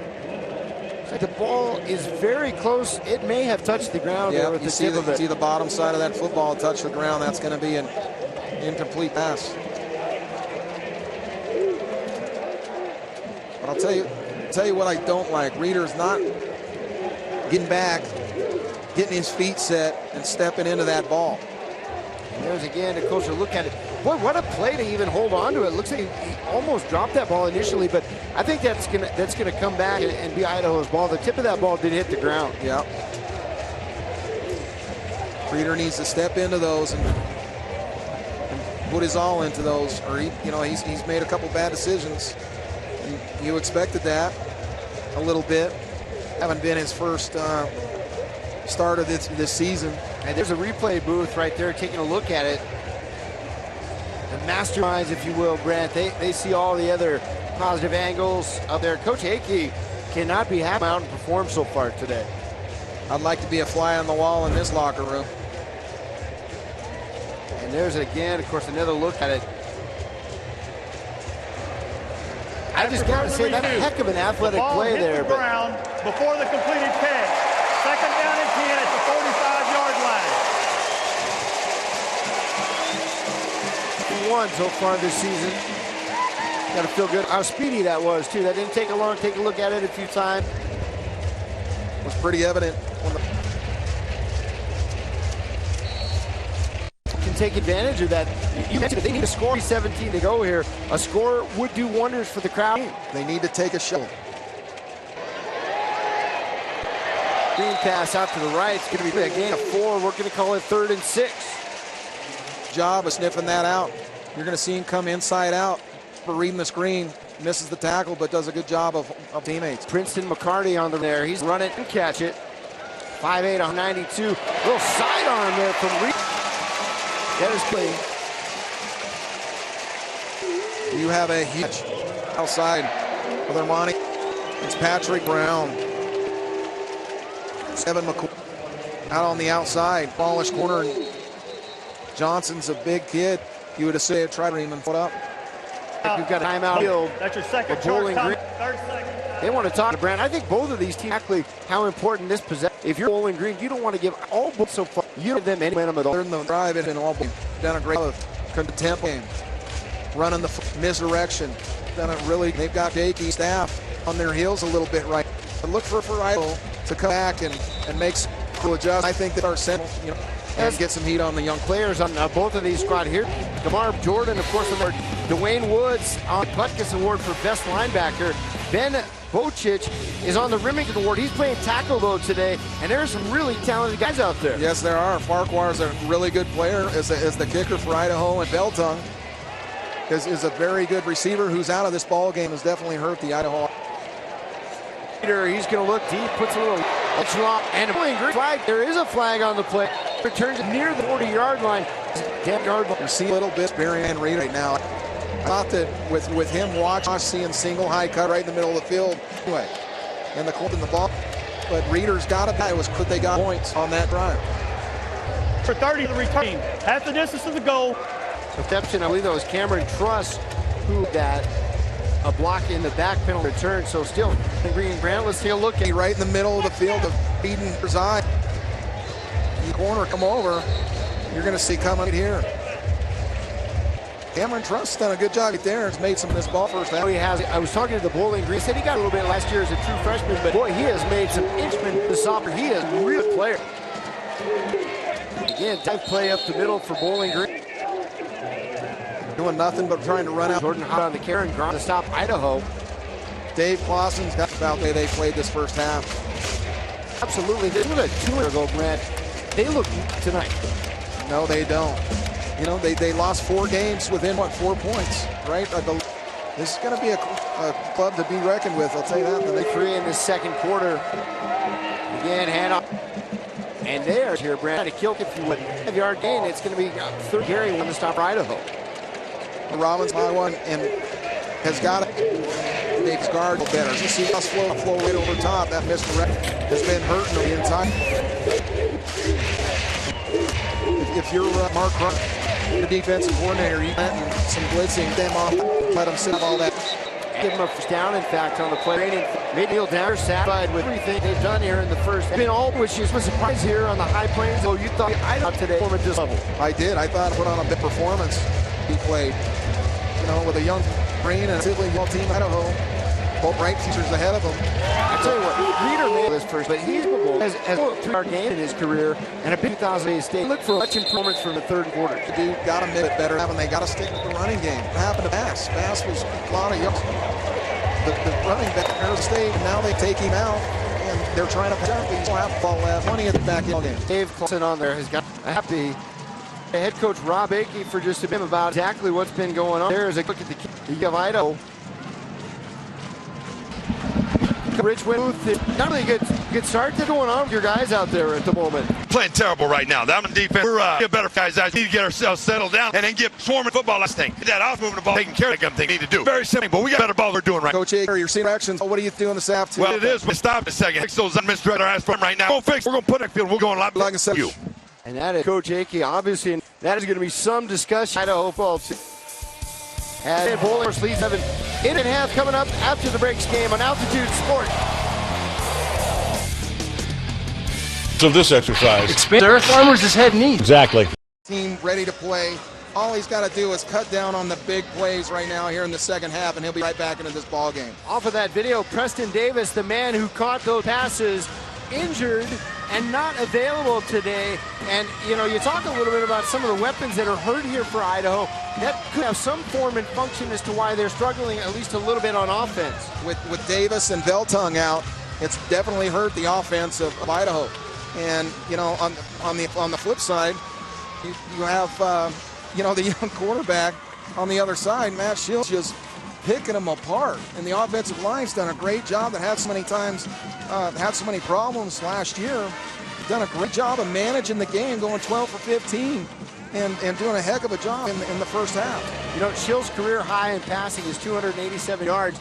And you know, a completion over the middle, and he's got that already. Yeah, he's at 248 right now with 2 TDs in the first half. That's a heck of a half. He has been an impressive young man, actually all the way impressive around. And I'd like to say hello to the folks watching across the country. College football is back. You, me, and millions of fans across the country fired up about it, Brent. Awesome time for college football fans everywhere. It's been a long time since they've watched the game. The excitement of college football, there's nothing like it. Start getting excited in the early months of August, or early parts of August, rather. The announcement 2-a-days are going, and you read all about it, the various camps going on, how tough these guys have it during the 2-a-day practices, how dog-tired they are. Coaches usually give them a day or two to get their legs back, and I'll tell you what, Bowling Green, they definitely have their legs. They're firing on all cylinders here. Yes, they are, and no matter how much conditioning you do, conditioning will be a significant issue here in the second half, especially late in this ballgame. Jordan Hopgood has been a stellar running back there. Steady yards from the tailback position. He's going to get to play, and a nice play to start defensively here for the University of Idaho. I want you to watch what the adjustments they just made on the counter. They're taking the end on a misdirection, and I love the adjustment that they just made. The end is now going to go down and spill the inside guard. That way there's not a big void in the interior of that defense. Mike linebacker scrapes over and makes that play. That's a heck of an adjustment by Kreiner and Rob Akey early in the second half. Corey Toomer coming in to make that play. Shields now, that ball may have touched the ground, and in fact did. Whistle blown dead. So again, a vamped up, fired up Idaho defense has got to make some plays to try to get back into this ballgame. Good first 2 plays of this second half for Idaho. I'll tell you what, it seems like they have a little more sense of urgency to start this second half. So I'll bet you Coach Akey lit them up in the locker room. I'll tell you, I was somewhat scared up here and doing that interview. I've never seen a coach that fired up heading into the locker room. I appreciate that he did give us the time there, though.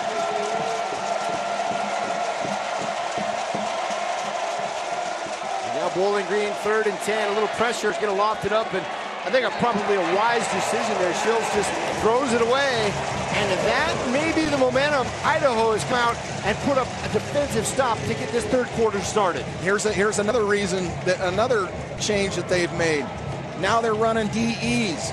So ETs, the ends, slant into the guard's gap, tackles push forward and then come around, loop around for contain. That's something that they didn't do in a 4-man rush the entire first half, and they get pressure on Shields and make him throw the ball away.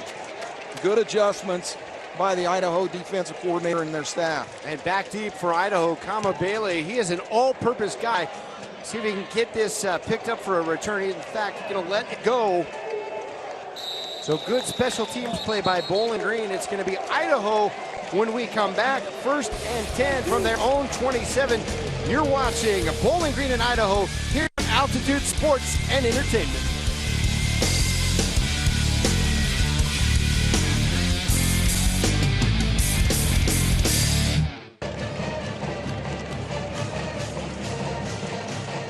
And here's a look at your score. Bowling Green leads at 30-7, but the Vandals have come up with a defensive stop to get things started here in the 3rd quarter. I think it's important. Watch end number 10.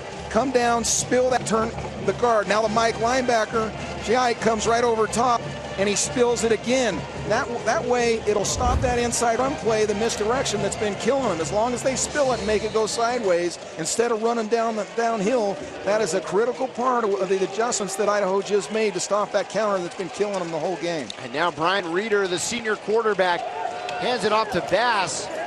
Nothing doing. That time, Bowling Green sniffs it out. In fact, we're going to have a loss of 3 on the play.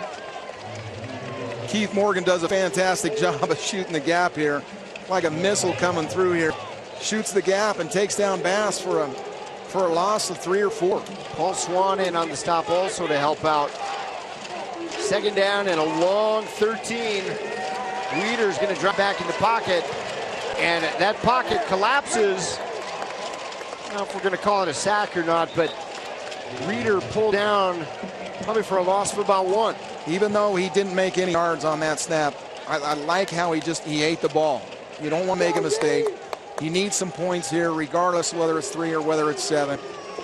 You know, you're in 3rd and long right now. At least you didn't turn the ball over and try to heave that up and make a big mistake there. That's, you know, I actually like that play from Reeder. Kevin Moore in on the play for Bowling Green. The defensive front of Bowling Green is outsized. You know, they are outmatched physically at least 20, 30 pounds. And they are doing a heck of a job of getting pushed. With a direct snap to Bass there. And he's going to be run down after a short gain of about 4. And unfortunately for the Vandals, that's going to bring up 4th down and 9. Take a look at the direct snap here. Boy, about had a huge mistake here. I don't think it was meant to be a direct snap. I think the center snapped it. You know, it was meaning to snap it to Reeder. Quarterback bounced off his face mask, and thank God Bass was there, if you're an Idaho fan, to cover that and get some positive yards out of it. Could have been a disastrous mistake for Idaho, and boy, that is a booming punt for the University of Idaho. Bobby Cowan, that unfortunately takes a step into the end zone. It's going to be 1st and 10 at the 20 when that ball comes out. Bowling Green leads at 30-7 here on Altitude Sports and Entertainment. And welcome back to Moscow, Idaho, where Bowling Green has lit it up so far. They lead at 30-7. Head coach Dave Clausen has got to be absolutely thrilled with how his young football team has started. 81 guys, freshmen and sophomores. Those guys are performing well. And there's a look at your backup tailback, Anthony Samuel, who has had a productive game here. He's a nice change of pace back for this Bowling Green team. Again, all it is a step draw, and you know, you've got to mix up the up front Guys, instead of getting a zero rush and rushing the B and the outside gaps, you look at Shill's numbers here. He's 12 of 17, 248 yards, and 2 TDs. No interceptions. Done a great job of managing the game. But back to the defensive front of Idaho. They've got to start playing, having some games here. Switching it up because man on man, they're getting pushed around by the Bowling Green offensive line. Here's Samuel again. Quinn Ashwood coming from behind or stepping up to make that play. The interior line as well doing a little bit better job. But tick, tick, tick. We are moving along towards the midpoint here of the third quarter. Mark Reiner's got to dial up some blitzes, force Shills into making some mistakes. Especially in a situation like this where, you have a young quarterback and they're not wanting to make any mistakes, but you got to get after them. And again, the pass completion, I just got to say, Hopgood on the play, Aaron Grimes, Trayshawn Robinson on the play. But Shills is just accurate. Take a look at this, Brant. He's working out his shotgun, couple step drop, and he just fires it in there. That ball is right on the money in the hands of Hopgood in just a moment. Take what the defense gives you. Trayshawn Robinson has got to push to that number 3 receiver in a quarter situation like that. The corner's out of there. Safety's over top. He's got over-the-top help. He can push to number 3. And that's, first game blues, I think. That's where some of these mistakes come from. Gary Walker in on the play for the Vandal defense. Hopgood on the carry. Gain of 3. That'll bring up 2nd and 7. Lots of football left to be played. And please don't get me wrong, but at some point, Idaho's defensive staff's got to start taking some chances for some turnovers and get some heat and try to get a sack and a strip or interception or, cause fumbles, things like that. They've got to start playing aggressive. And again, the simple handoff to Hopgood. And again, breaking the tackle, picking up positive yardage. That's a gain of 5, Brant. That's going to bring up 3rd down and a long one here for Bowling Green. Bowling Green's doing a good job. They're getting 3 and 4 or 5 yards a pop. Andre Ferguson does a good job as defensive end, straight out, but he's got to turn that back into his help. You have 11 guys on that side of the field, 10 guys, and that's where all your help is. You got to keep your outside arm free and turn that back. Now 3rd and 1. It looks like Hopgood, who may take the direct snap. Eugene Cooper, and this time Hopgood, a little bit of a different look for Bowling Green, but just about everything continues to work as the Falcons pick up another 1st down. Out of the Wildcat right there, Hopgood does a good job of faking the run, and all he does is pull it down, sees the hole, sees the pulling guard. I'll tell you what, they're pretty high on Guy Reynolds Jr., number 68. He's got some good feet. The big man's coming around and kicking out a lot of people on those pulls. And again, 1st and 10 as this Bowling Green offense works towards midfield.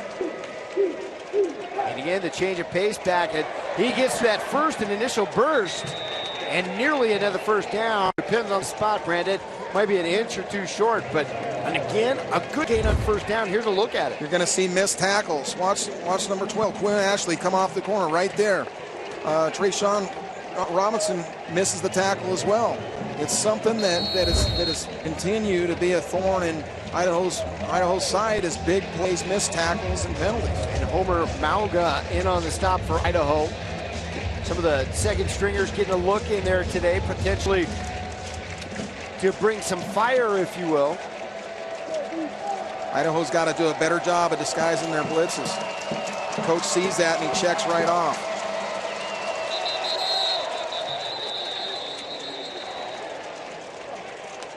And Brant, don't you think this? No. Delay game, number 7. 5-yard penalty, 1st down. Young quarterback there, taking a little bit too much time, Brant, but don't you think he's a heady player? You see that imitation of the blitz coming, and he's checked off. We've seen him do that 5, maybe 8 times already today. That's a good move for a young sophomore. Yes, it is. He's doing a great job. The coach is calling the plays over there. So if the Idaho defense gives up their blitzes right away. And there's a big play, ball on the ground, but Bowling Green comes up with it. Michael Cosgrove A guy we featured in the Open today comes up and makes a big play, the caveman inside. They call him the caveman up front. Does a great job of using his hands. You see that all he is an arm over swim move. Does a great job coming in, separating the quarterback. Unfortunate that Idaho didn't get it back if you're a Bengals fan. And that fumble recovery picked up by Dominic Wharton, so a big play there for the offensive lineman. You can see the linebackers of Idaho creeping up, and then the coach calls off a different play. Second down and 19. Schiltz in a little bit of trouble there.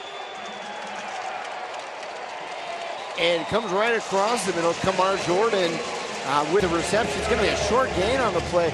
Andre Ferguson in on the stop for the Vandals. Watch the inside linebackers here on this replay. They start stepping up, give away it's called a cross-sack split. Tre'Shawn Robinson runs in the other gap. They cross, and what he did is he checked to a slant on the backside where the linebackers vacated. Great job by the coaching staff of seeing where those linebackers were going to be in the quick slant. The quarterback's got to see that and hit that. And a third and long, which is very rare for Bowling Green. Ball knocked up in the air. The bounces are going the way of the Falcons. That ball is tipped up in the air, caught by the receiver, and a great heads-up play by both players. Boy, Gary Walker is unfortunate right there. Does a good job of covering his man. You can see him covering right here. You see the strip right there, and it pops up. And here's another look. He tips it up. Unfortunately, for Idaho, it falls right into a Bowling Green player's hands. John Joplin on the reception. The tip ball from Eugene Cooper.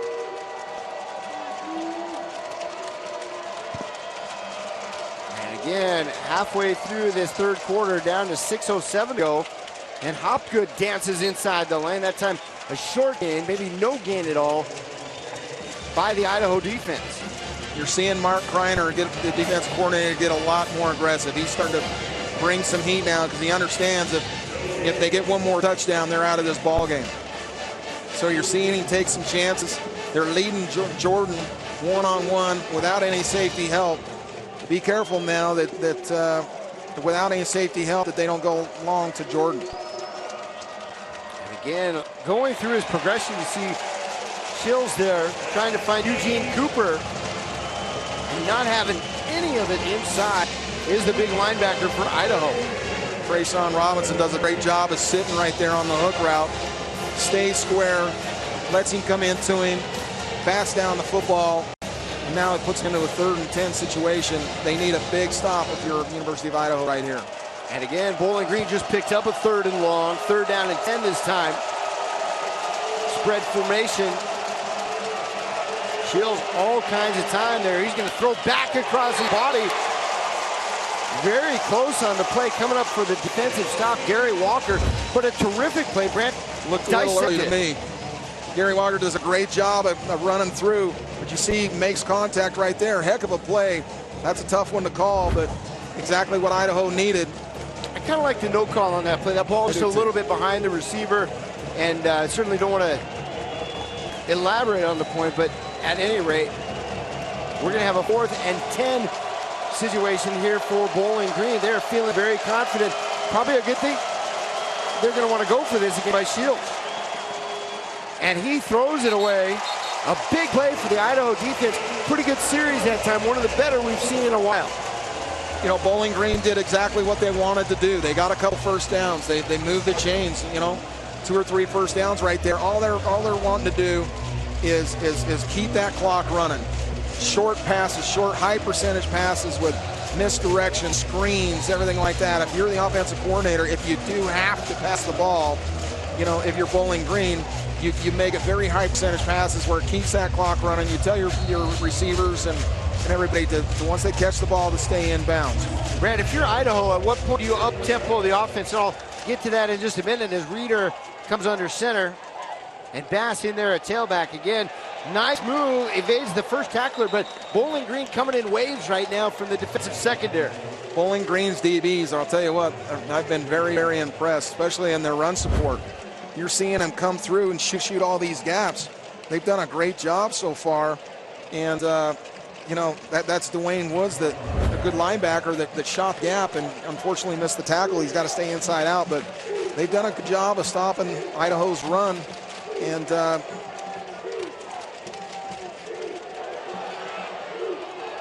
they're starting to get some pressure on Reeder as well. Not a good start to the season here for Reeder. That's the kind of passes they need to get this kid though right now. And they're coming up with Brian Thomas did a great job from his end spot to get some heat on Reeder, but the offensive line didn't get a good enough stop at the beginning on the screen. You got to get a significant hand on him before you let him go and go downfield. Tough situation here, 3rd and 11. Reeder hit right as he threw that. And again, another quick series for this Idaho offense, as they're going to be faced with a 4th and 11. It looks like the punting unit is going to come out. Again, here with the pressure comes Bowling Green. Watch it. Look at all these Reeders running for his life tonight. And, University of Idaho was last in the conference last year in sacks given up. And you're seeing why they were like that last year. And the offensive line, if Idaho's going to have a good year this year, they've got to gel together and start being more physical at the point of attack. Boy, another booming punt. That is Eugene Cooper, the man. But a good special teams play by the University of Idaho as they come down and cover. It's going to be some tough field position coming up for Bowling Green. Stick around. You're watching Bowling Green in Idaho on Altitude Sports and Entertainment. Welcome back to the Kibbe Dome. Bowling Green over Idaho 30-7. There you see the parents of Corey Johnson, the long snapper for Bowling Green. I found it interesting. I met the parents of his last night, as well as his grandparents this afternoon that spend thousands of dollars to come and watch their son and grandson play. I thought it was pretty neat to go back and to listen to these people talk. They're from Ohio, the great state of Ohio, with the great fans, great Browns fans, great Steeler fans back there. And it was very interesting to go back to my own playing days and understand what it meant to me to have my parents and my grandparents come and watch me play. It's a special time, and any of you parents out there that have kids that are playing at this level, and they're playing college football or even high school for that matter, it only lasts for a short amount of time. Go see your kids play. It's special to them, and it means a heck of a lot to them. And as we come back, looks like an incomplete pass here. Bowling Green nearly with a big play. And boy, those parents, they got the game today, and they got a ton of people after the break. Then we'll take a look at it. Shields throws that ball downfield. Nearly a completion, but it falls incomplete. But they've got a bunch of folks outside their house watching this game on a big screen TV right now. Got to be pumped about that. Got to give the heads up to Deersville, Ohio, and the Johnson family. They got 150 people outside on a 36-inch flat screen watching the TV, having a barbecue, watching their cousin and their friend and everything like that. So give props to you people out there in Ohio. 3rd and 9 for this Bowling Green offense, which has been stellar tonight. There is Eugene Cooper again. We're going to have to wait and see on the spot. Actually going to be well short. Gain of about 4 on the play. Gary Walker, the stop for Idaho. And this time brings up a 4th and about 5 for Bowling Green. Boy, Cosgrove took a bad shot. Defensive tackle. The guard let him go through and then came back and got him from behind. They're lucky. Hopefully for that young man who plays so hard and is leader of that defense, that didn't hurt him real bad, but that looked nasty. Brant, you know what? Coach Akey talked a little bit about him and his toughness. I believe it was last year. He said the kid had about 7 MRIs during the year and never missed any time. And there's a good look at it. And that is something you don't want to see. A couple of big men there. I'll tell you what, that's borderline dirty shot right there, if you're asking me. And you don't hit somebody that's not looking right that. You could take their career away from them. And hopefully for Cosgrove, he's a tough guy now. You know, and I bet you'd see him back in this ball game if something's seriously not wrong with the guy. Haven't had a lot of look at the Bowling Green punting situation today. Got a pretty good punt off there.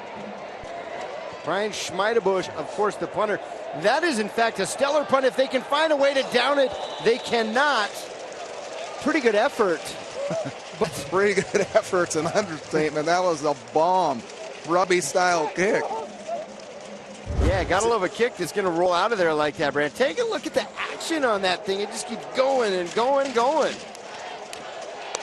Heck of an effort right there to try to bat that in, but that's, you know, that's a 90-yard kick right there, you know, with that roll. And, you know, obviously field position right now matters with, you know, 18 minutes left to go in this ball game.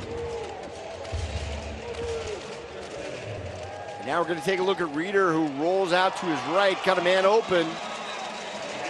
And a completion, Marcel Posey. And Jovan Leacock on the stop for Bowling Green. Boo Boo Gates, number 24, does a great job as a backside hook player of getting under the crosser from the tight end. You're going to see number 24 right here.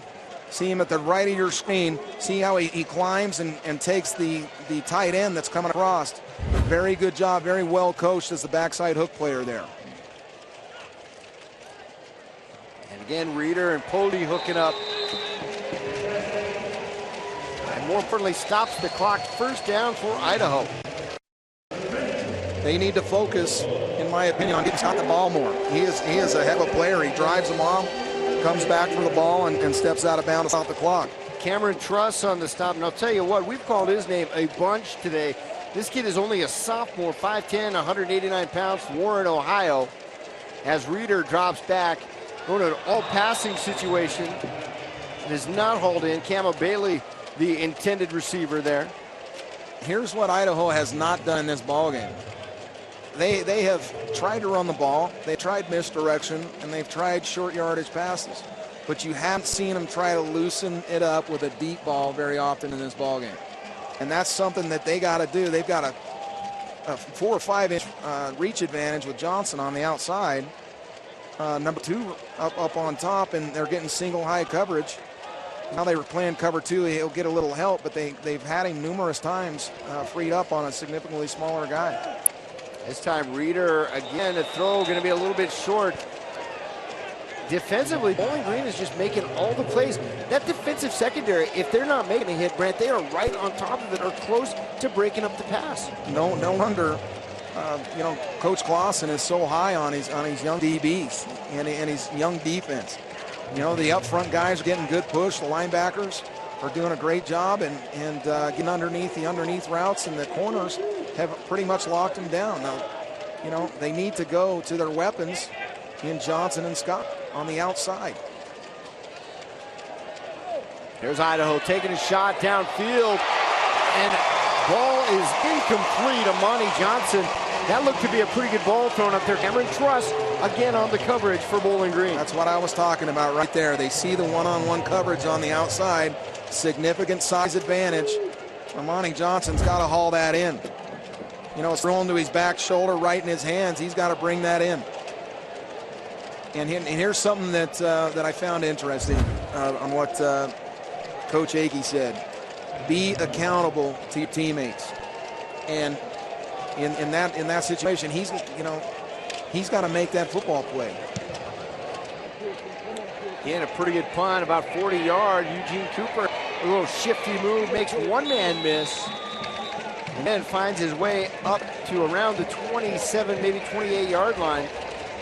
But the clock is ticking, 2:03 to go here in the third quarter as Bowling Green set to take it over again. You know, I really thought that the Idaho defense, the Idaho offense would come out and push the defensive front around with the size advantage from Bowling Green, but it's been the exact opposite. Those guys are keeping their pad level low, doing a great job of using their hands on the Bowling Green's defensive front, getting off and making plays in the run game. And Bowling Green coming in I formation, their power package. Cooper comes in motion. They're going to, in fact, hand it off to Eugene Cooper. Uses his blocks well, maybe a little bit too well. We've got some laundry on the field.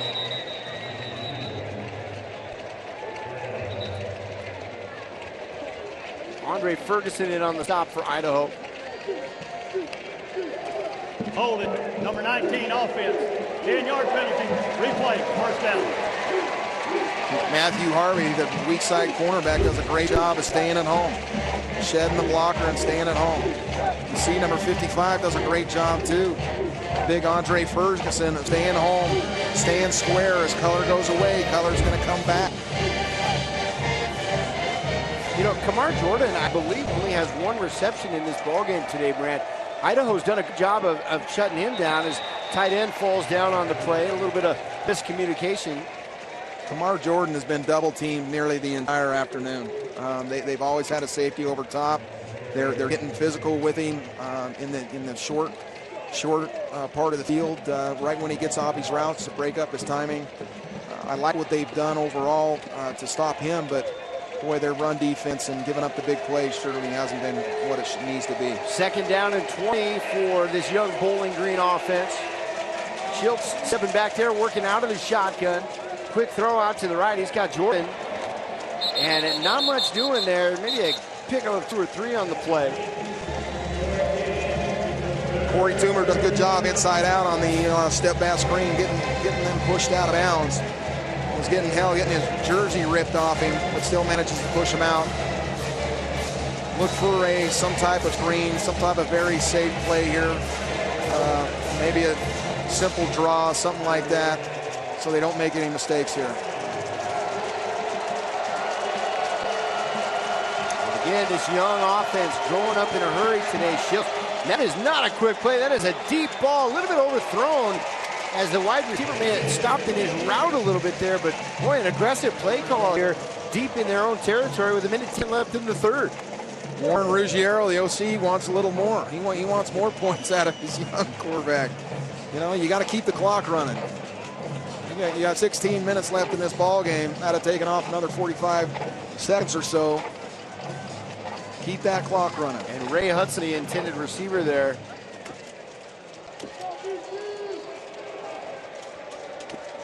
See what Idaho can do. Kama Bailey back there from Honolulu, Hawaii. He is a senior, has lettered 3 times. Has about 1,700 all-purpose yards in his career. And a shifty guy using his block, gets to the outside.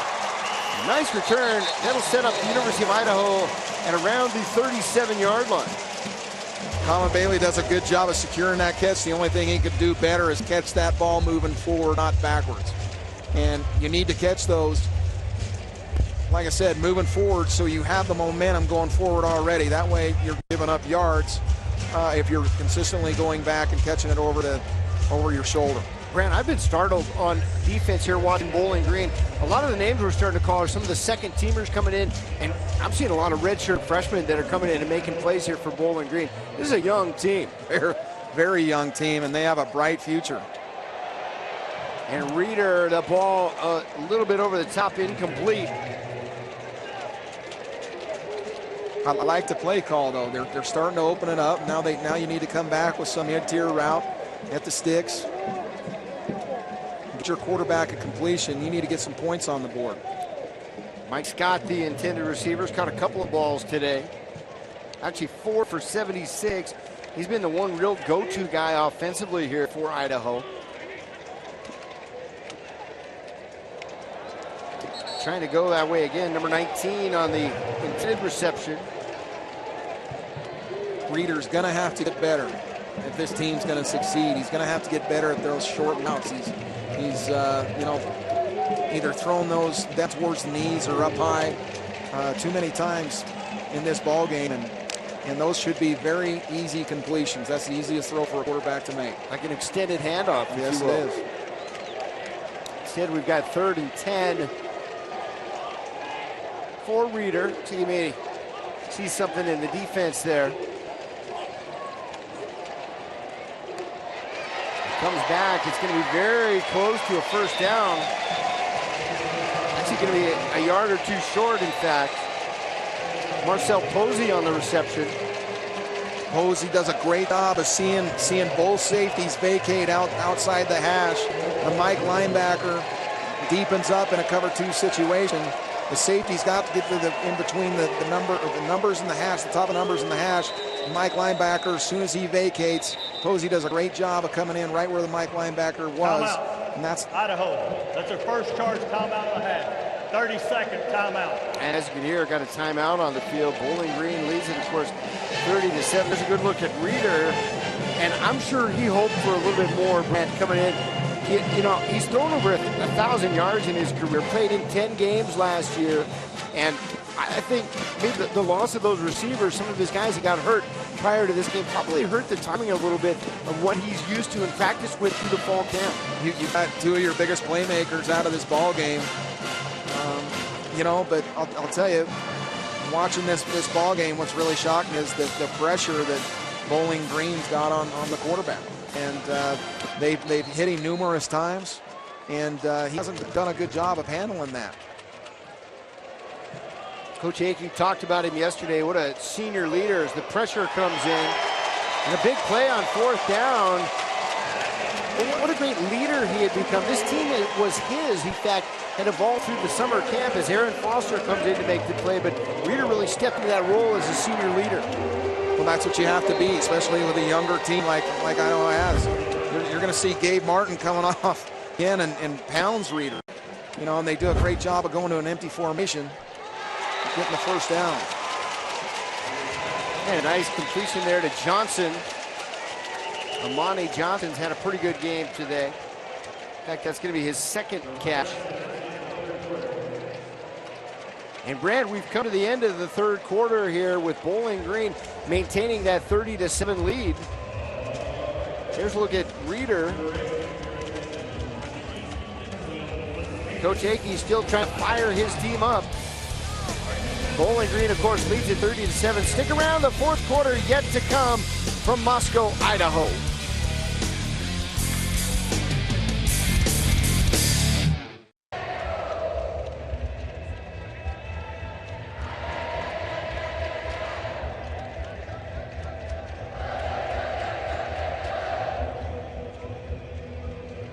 Physical will call me doctor. And welcome back to Moscow, Idaho. That's a good look at Jason Gesser, the quarterback from Washington State a few years back. I believe he played in the NFL as well. He is the running back coach here as we start the 4th quarter. And a big play by Reeder gives some life here to this Idaho crowd. And joining us up in the booth, we've got our athletic director, Rob Spear. And Rob, the stadium looks marvelous today. It was really nice to see the enclosed hands off and see the natural lighting in here today. Things looking good. Well, they are. We've made a lot of progress in the last 7 years. We focused a lot of our energies initially on taking care of our student athlete. And a touchdown on the play. University of Idaho gets back into it. A little bit of momentum here. I guess it should have been up here the whole game, guys. Tell you what, stick around for the whole 4th quarter. Good stuff happening for Idaho. Amani Johnson on the touchdown. I was saying we spent a lot of our efforts early on focusing on our student athletes, making sure they have the facilities they needed day to day. We renovated our practice field, our strength and conditioning center, our training room, our team meeting rooms. So then now the next step was to take care of our fan base, and we've done a great job here. I have to commend my team and certainly commend our donors who stepped up to take care of this project and make this dome an attractive facility. And the University of Idaho going to go for 2. Reeder throws it off into the corner. Flags on the play, but I believe that is going to stand. And suddenly, as the 4th quarter has started, a shot of momentum here for Idaho. You're going to see a replay. Reeder does a great job of throwing it up to Johnson right there. Johnson hauls it in for the 2-point conversion. All of a sudden, Idaho's right back in this ball game. And Rob, what does it do for a program and even for a community, I think, to be very proud of what's happening here in terms of the fan base and this overall look at the stadium, but it's got to help with recruiting as well. Well, I think so. You always want to have great facilities to attract prospective student athletes, but I think what it's done is it's given our fan base a lot of confidence in us, because for years we talked about renovating this facility and we just didn't get it done. And well, now we have it done, and the beauty of it, like I tell people, is this facility's done now for the time being, and now we can focus our efforts somewhere else, because it had significant life safety issues and it really prohibited us from branching outside and looking at doing something different. So now that it's taken care of, I think we have a lot of momentum and we can build upon that.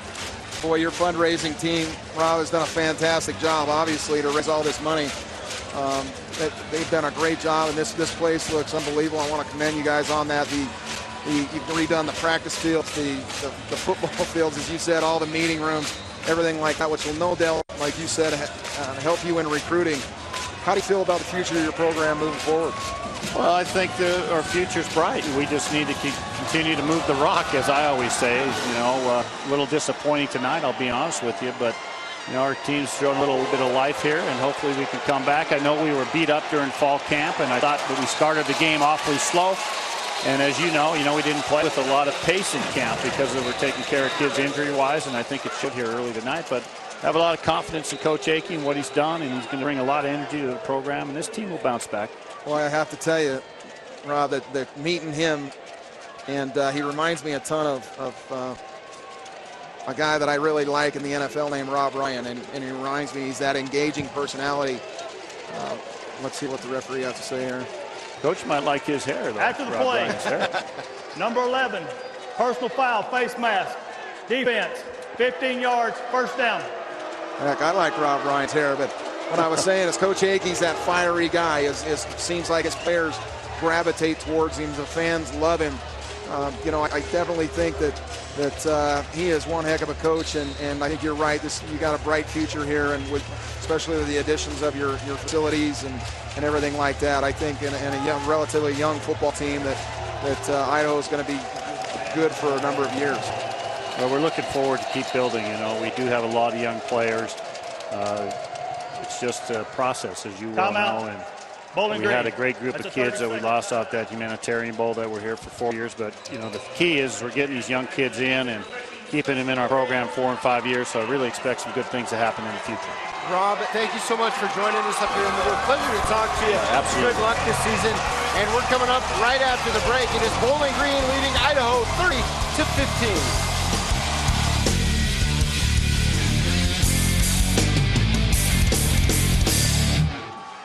Bowling Green leads it 30-15, but some much-needed life breathed in by that touchdown and two-point conversion. Idaho is right back in it, Brant. They trail it by 2 scores early here in the fourth quarter. You could have heard a pin drop before that last drive. And look at Bowling Green coming right back at him. Long pass completion intended for Eugene Cooper falls just short. Bowling Green's trying to go for the dagger in the heart right now. They're nice play action set up right there. Shields should have put that on the numbers. That'd have been a big play to start this drive. Tracy Carter back there on the coverage. We've seen Carter in on some special teams plays. And again, Bowling Green with 3 receivers split to the right, including Cooper working from the slot. And again, aggressive. Finding a man open out there in the backfield. And of course, that's Anton Samuel. Pickup of about 5 on the play, 5, maybe 6. We'll call it 3rd down and 4. Matthew Harvey does a good job. The DB coming up from his corner spot. You're going to see him right hand of your screen. Left hand of your screen. He reads screen, comes up, comes to balance right there, and gets in on his leg. Does a good job of keeping him to a minimal gain there and putting him in a critical 3rd down spot, especially after the score on this last series. And again, got a man down on the field there. It's like Quinn Ashley potentially. Tracy Carter, 14.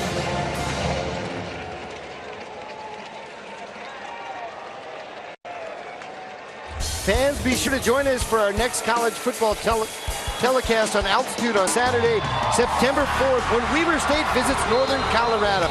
Under new coach Ernest Collins, the Bears look to make some noise in the Big Sky Conference.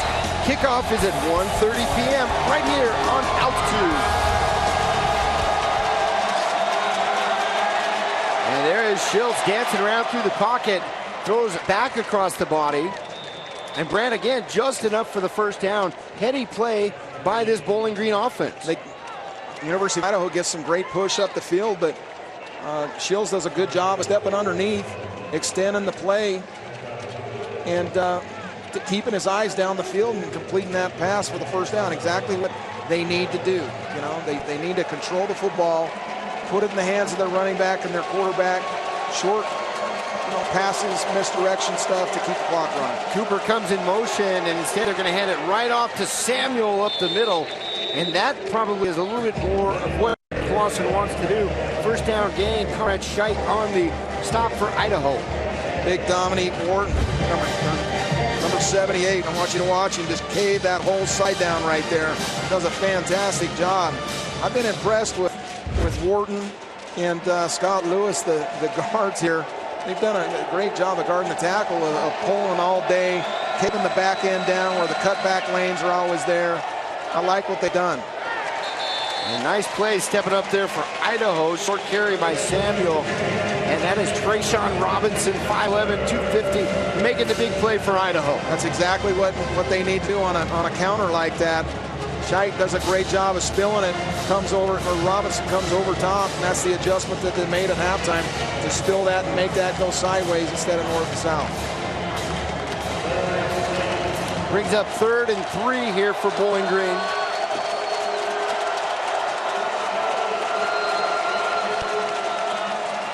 And again, the inside handoff. That is going nowhere. Idaho defense makes a play inside. Correll Kearney in on the stop. They are bringing the pressure. Short yardage situation, getting in almost a bare defense and blitzing everybody. You see some slants right here, and they're getting some pressure. You see the push that the defensive front's getting. Puts them in a 4th down situation. Good series by the Idaho defense. Brandon, it looked to me like Clausen thought about going for it there on 4th down, but you know, it's a possession football game at this time, and you know, you got to think a punt in this situation is the best thing you can do. I totally agree with the call here. You got to put Idaho in a bad situation and try to hopefully get this inside the 10 if you're Bowling Green. And back deep Idaho, as we've got a flag on the play. Kama Bailey. 95 offense, 5-yard penalty, 4th down. It's a meaningless penalty. Doesn't really matter because it gives the punter a little more room to kick that ball like he normally would instead of pooch kicking it. And there's a look at Clausen, 2 and 10 last year. Talk about the day these punters had now. Unbelievable. You know, the punter for Bowling Green has a 63.8 yard average. Bobby Cowan, the punter for the University of Idaho, has almost a 48 yard average. And we'll see a Bowling Green. That is a well executed play, Brent. Down inside the 3-yard line, probably down around the 2. And we're going to step away for just a minute. You're watching Bowling Green versus Idaho here on Altitude Sports and Entertainment.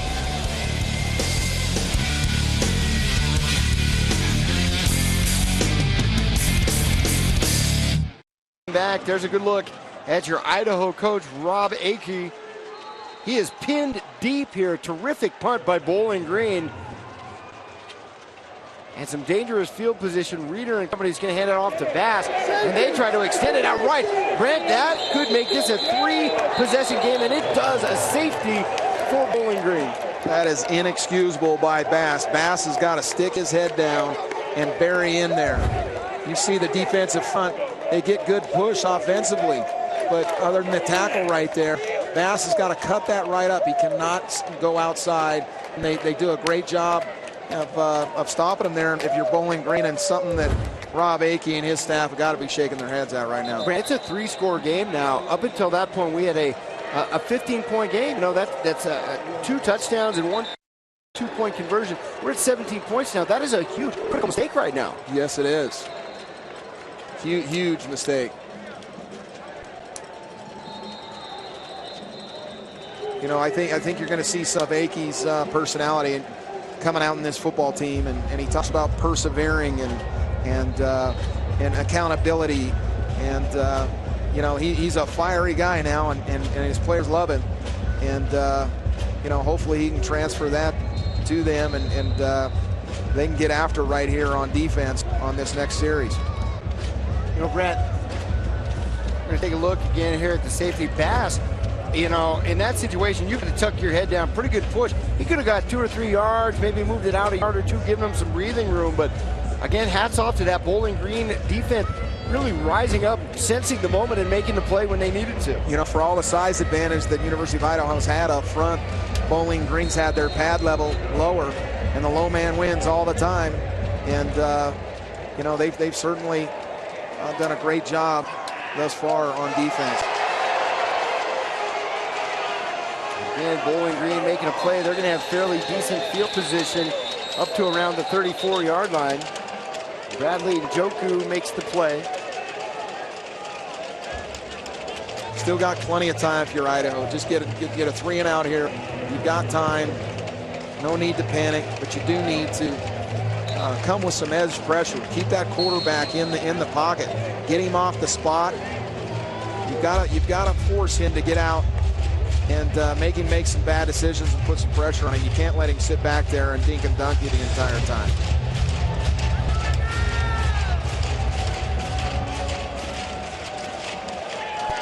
Yeah, pretty simple play there. Jordan Hopgood has had picked up positive yardage all day. That's going to be the game of about 3. 2nd and 7 for Bowling Green.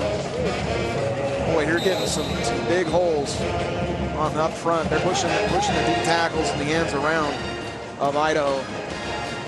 Good job of shooting the gap there. We've got an injured man down on the field. Let's see if we can. Actually, it looks more like a cramp potentially. Here's a look at Hopgood right down the middle. Their scheme's a little different right now. They're caved down on the tackle up to the linebacker, and then they're kicking out the end with the fullback. I like it. It's opening up some big holes. What they need to do is they need to spill that fullback, and the Mike linebacker needs to go over top and make that play. That could be a cramp a little bit. You don't really see it indoors where you're not experiencing heat, but early in the season, sometimes you're going to see some cramps like that, especially late in a ball game. Yeah, it looks like he's walking like he's got a cramp, but hopefully that's all it is. He's played a good ball game. I like how he runs. He stuffs it up in there pretty good. He doesn't dance around very much. Of course, North Dakota will be traveling here to Idaho next week, and then Idaho on the road at Texas A&M a couple weeks from now. So tough schedule to get things started. And that brings up 2nd and 7 here for Bowling Green. And again, the push up front by that offensive line, Brandon. That's a gain of 5 on the play, which is exactly what they need.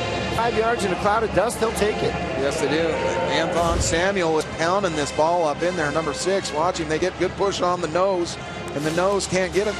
Shite got to come up there, and he's got to stuff that hole. Get up in there and get some penetration.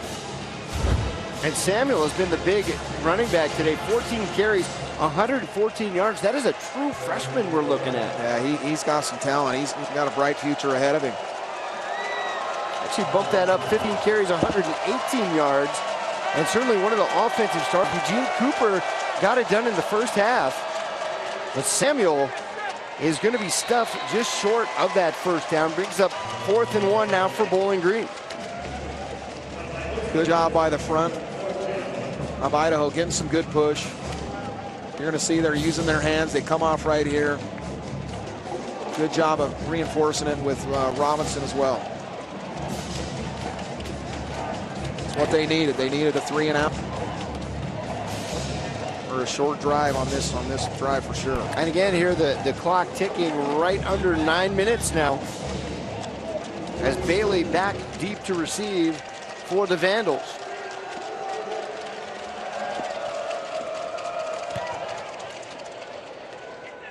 I just love this punter for Bowling Green. Gets all of that action, and again, Brant, same result as we just saw at the University of Idaho. When we come back in just a moment, going to take over from the 3-yard line. He's had a fantastic game, and so is the rest of Bowling Green. Bowling Green's up 32-15, fourth quarter.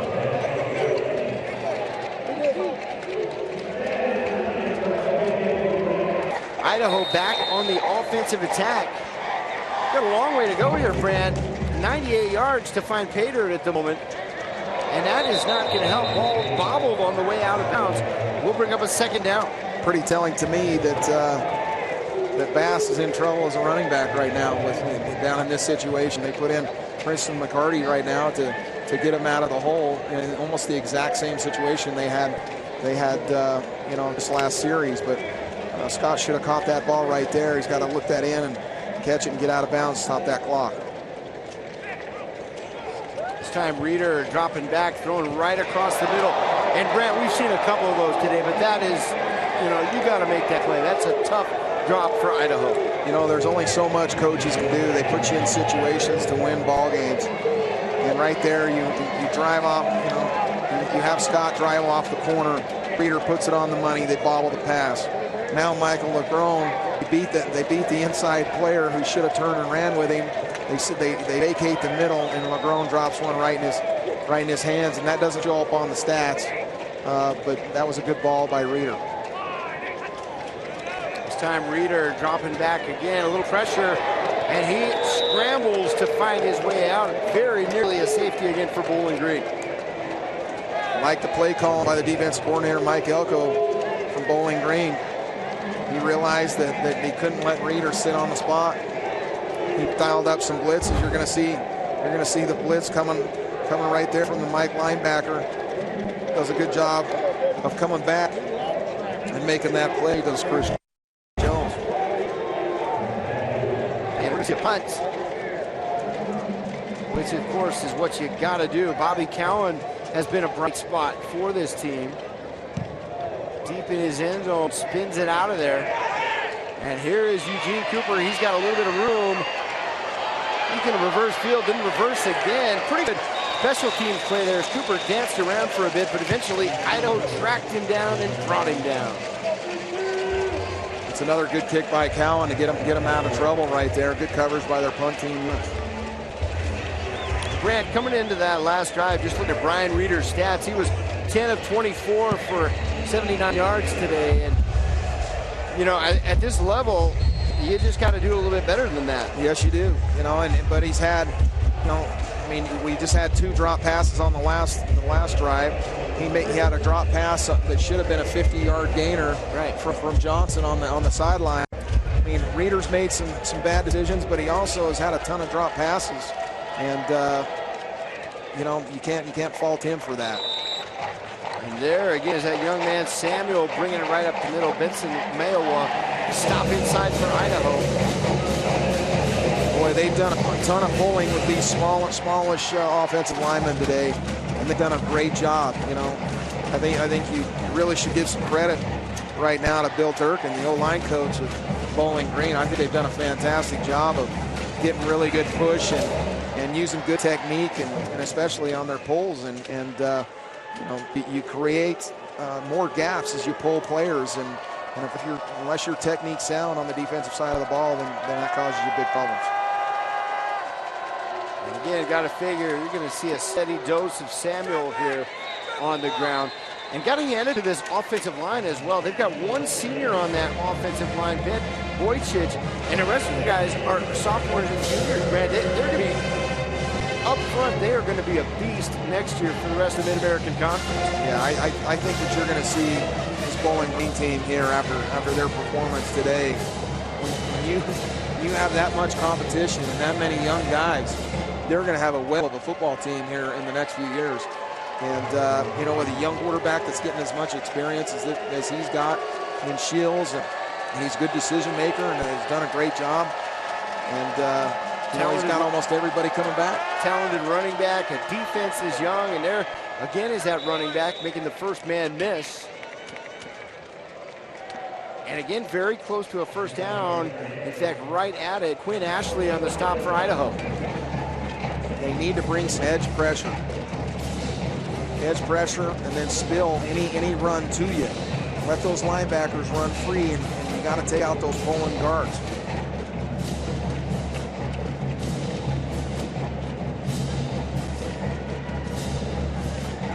Interesting call here for Dave Clausen. You got 4th and short. You know, you can pretty much put this ball game away, and you get a first down right here. Like what he's doing, running down the clock to the last second and then calling timeout, I would assume, or taking a penalty. Grant, put yourself in that position as a coach. What do you do? Is that a position where you can give some confidence to your team, your offensive line, that says, hey, we're going to go take this game right now. We need 6 inches. Let's push it and get it. Or, you know, do you play it safe and punt it down? No, I think you play it safe. I like what he's done here. You know, you're down 3 scores in 5 minutes and 18 seconds. So you want to put them in the worst situation that you can put them in, and hopefully get it inside the 10-yard line again, and make it go the length of the field to even get 1 score and use up the majority of that 5 minutes. Coach Clausen just had a birthday a couple weeks ago, turned 44. Again, your kicker, the last couple, this one maybe boomed into the end zone. The last couple kicks were just stellar down to the 2 or 3 yard line. This time Idaho will get a bit of a breather, and they're going to start at their own 20-yard line. Rob Agie's got to get some points on the board in a hurry right here. You need to stutter and go, deep crosser or something. You need to break out all your bag of tricks, whether that's rub plays, anything to get some people free. And with 5:11 to go here in this ball game, Brand, it's an exciting time of year. You know, it felt like fall up here today a little bit, and that was a breath of fresh air in and of itself. But college football getting kicked off all over the country as Reeder drops back.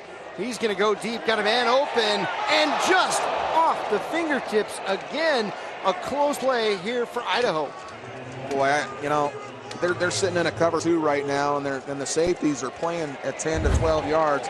Amani Johnson has got to haul this in. This is the second deep ball. He should have laid out for this one.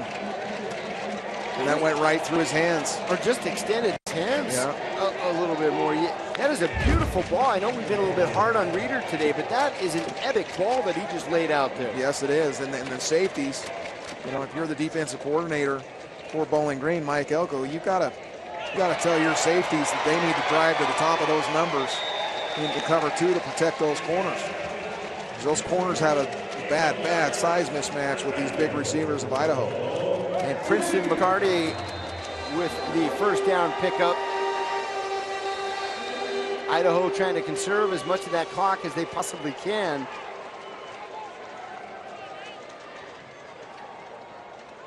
And again, ball thrown out, I believe. That is Scott on the reception.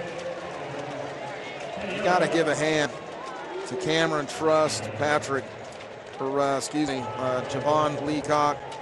Those guys in the secondary have played one heck of a ball. And Reeder coughs it up, ball on the ground. And Brant, that could be the nail in the coffin as Bowling Green comes up with it at their own 30-yard line.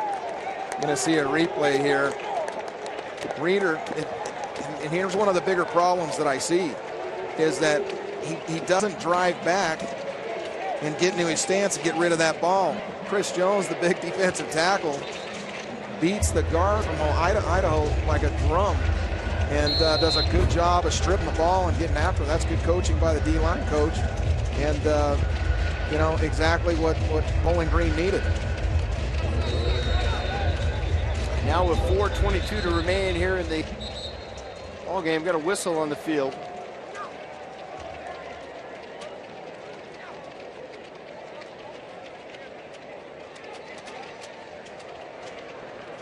Coach The Hickey ruling comes on out the and has field a is word. a fumble. The Idaho coach is challenged to play on the field.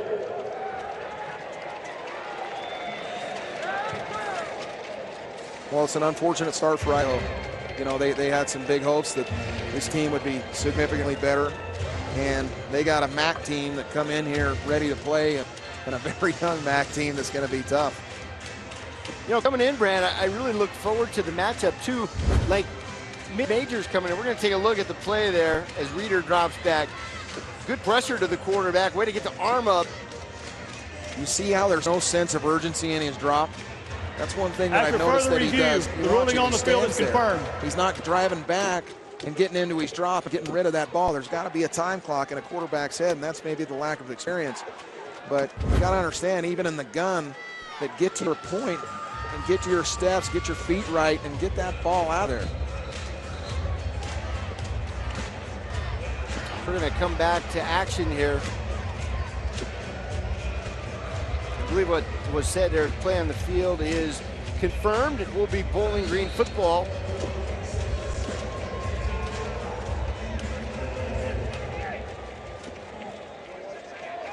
And now you got to think, as a near fumble there, pretty good play by Shills to get on top of that.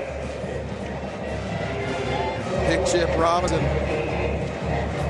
the guard, the big old lineman, pulled a little too early and stepped on, I believe he stepped on Shields.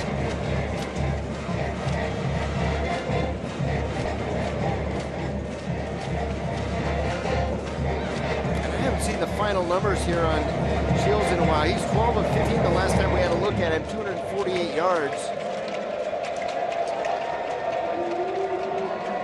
He's been every bit as good as advertised coming in here for Bowling Green. And so is the dive up the middle by Samuel. There's the edge pressure that I was talking about. Right there, you bring those guys off the edge, and that forces the running back to go up inside. And it makes it harder for him to do any bounce out or anything. All they're trying to do is obviously bound it up in there and run the clock out. They'll bring up a 3rd and 9 now for Bowling Green as we tick down to just over 3 minutes remaining in the ball game. Bowling Green leads at 32-15. I'm Rich Reeder along with Grant Boyer on your opening game here of the college football season on Altitude Sports and Entertainment. It's been a pleasure. Hope you enjoyed the ride tonight. Samuel bounces it outside, and boy, he really used his blocking to his advantage there. Terrific stuff. Samuel, see if they're going to give him the first down or not. Watch the replay where they're pulling the big guard, number 78, who's done a fantastic job, Dominique Wharton. And when you do that, you create extra gaps. And if those linebackers aren't keen, you see cut block by the center on the backside linebacker. Robinson has got to turn that back to his will linebacker, keep his outside shoulder free on the guard. When you see that guard pull, you got to run up in there and hit him on his side of the ball. You can't sit back and let those big guys, their weight going forward. When you're a linebacker and you're outweighed by 50 pounds. Tommy Cleveland also in on that play, really getting a push inside. And not much of a gain there. Can't exactly see the yardage marker. The official brings it back just a notch. And I believe it is going to come back over to the University of Idaho branch. I'll tell you what, if there's been a bright spot anywhere for Idaho, I think Gary Walker's played a heck of a game from the safety position, number 8. I think he's when called upon, done a great job blitzing. He's covered well. He's been around the ball all day. And I think your punter Cowan has done a fantastic job today as well. People don't talk about special teams, I think, as much as they should, but it's a third of the game in terms of offense, defense, and special teams. And Bowling Green really struggled in the field goal and extra point department last year. Ruling on the field, it's a runner was down before the first down marker. The Boise State coaches challenged the ruling on the field. Did I hear Boise State? I think he said Bowling Green State, but, it is early season, even for the officials, if you will. And there's a good look at it. Boy, it looks like he stayed on top of his offensive lineman there, and that might be a good challenge, Brent. I don't see exactly how close that spot is, but yeah, it looks like just from our vantage point that he got that first down, doesn't it? Pretty close, and a good play. The knees never went down. You never saw any part of his elbow or head. But the ruling on the field could stand. After further review, the ruling on the field is confirmed. Bowling Green will be charged with a timeout.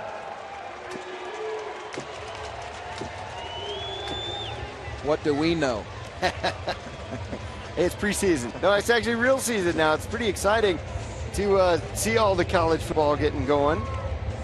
There's Dave Clausen. He has got to be thrilled that his team traveled all the way across the country from Ohio and came out and performed in the manner in which they did today. Well, I'll tell you what. Please change Idaho's timeouts to one left also. Dave Clausen and his staff need a game ball themselves for the way they've coached this ball game. I think they've had a great game plan of getting after Reeder with 4- and 5-man pressure. He's done a great job. And there's Reeder. He steps up, tries to make a play. He's going to make a scramble, and instead it is going to turn into a big sack there for Bowling Green. Kevin Moore, the 5th-year senior, has done a great job, number 3 today. He has gotten pushed all day, and you're going to watch him up front. You see him just do an inside move, and look at him. He's still going, trying to get after those guys. It's a 30-second timeout. It's our 3rd and final timeout. He gives the big tackle from Idaho an up the field move and then comes under because the tackle's opening up his hips too much. He's got to let him go outside, keep the pocket for Reeder if there's any chance for these guys to get another score. See, and Brant, there's again the guy who made the sack on that play, TJ Lynch, who is a redshirt freshman. You know, it's scary to think of some of these guys with 3 more years of eligibility left. It is, and I'll tell you what, what's really shocked me is that this is a smallish football team, but they are very fast. Yeah. And they all range, and I'll tell you, the group that I've been probably most impressed with is their DBs, and they have covered, you know, like a blanket this evening. So they've done a great job. Cameron Truss is one of those guys, number 8, who's made a bunch of plays today. Really shut down this Vandal passing attack. And again, a near sack. Reeder steps out of it. He's going to find a little bit of room, and he's got to get down, try to avoid injury. Long season ahead for him. And TJ Lynch again on the play there for Bowling Green. Reeder is getting all kinds of pressure. And another guy who's had a heck of a game up front is Chris Jones. Chris Jones just put a clinic on the big offensive guard for Idaho in a spin move, and didn't even get a hand on him. Ball start, number 67 offense. 5-yard penalty. Looks like Tyrone Novikov there, 6'7", 304 pounder. He's a senior right tackle. Kind of got to be a frustrating day for some of those seniors and the offensive line. I'm sure they expected to come out and perform a little bit better today. You know, I think what you mentioned that you know, you look on the other side of the ball and the seniors for Bowling Green that they've made it. They've taken the onus on themselves, not just the coaching staff, to take some ownership of the football team and take some ownership of the young guys and teach them what it's like to be a true player at that level. Teach them how to study. Teach them how to be a teammate. That's the things that make leaders good and lead by example all the time. Marcel Posey on the catch there, Devin McCoy on the tackle, if you will. And Reeder is looking downfield. He's got a man open and flags all over that. A little bit of a mistake back there in the defensive backfield as Idaho lives to fight another down with 54 seconds remaining. You know, Brant, one of the things we did not talk about tonight was a couple of years ago, this Bowling Green team was hit with some academic suspensions, and the NCAA stripped them to, I believe, what was 45 scholarships. So when you talk about the senior leaders on this team, there's a handful of seniors and juniors on this ball club, really the guys to man up and lead this team. Yes, there is. When you're going to see number 6 tried to do a spin move, DJ Lynch inside, Reeder gets out of him. You see a definite contact right there by Devin McCoy. 15-yard penalty. Oh, Reeder hit hard from behind. Boy, Reeder, Roulette just came back from rushing up the field. Reeder didn't see him off his blind side and just got crushed. Reeder looks like he's okay. Come off the field, but with this Bowling Green defense, they've been teeing off the last couple of possessions so that when you know the guy's going to be throwing it every down, that's when you come. Watch Roulette come from the backside right here. Reeder doesn't even see him and just pace him from behind. Great job, drives him into the ground. Turnover, defense been all over the place. Ted Quillette makes the play there for Bowling Green. Bowling Green's favorite play. Going to kneel down here and take the victory, Brand. It's going to be a terrific start here for Bowling Green. They'll improve to 1-0 on the season. Dave Clausen has to be happy to travel this far in the opening game of the season with such a young football team and come out with a win like this. And it's not just a win, it's a dominating win. Bowling Green fans pretty optimistic today that their team turned the corner with some marked improvement, and we saw it today in just about every aspect of their game. Yes, we did. I mean, we saw Cooper in the first half light it up. Tamar Jordan was awfully quiet today. The running back situation looked good. You know, Rob Akey and their defensive staff did laid a premium on what they were going to try. They were going to try to take away Tamar Jordan, and they did. But what you do when you start rolling your coverages is Eugene Cooper on the other side, beat him badly. And, he's an exciting little player. And finally, Bowling Green, we're going to come back with a final recap. Bowling Green wins it 32-15 here on Altitude Sports and Entertainment.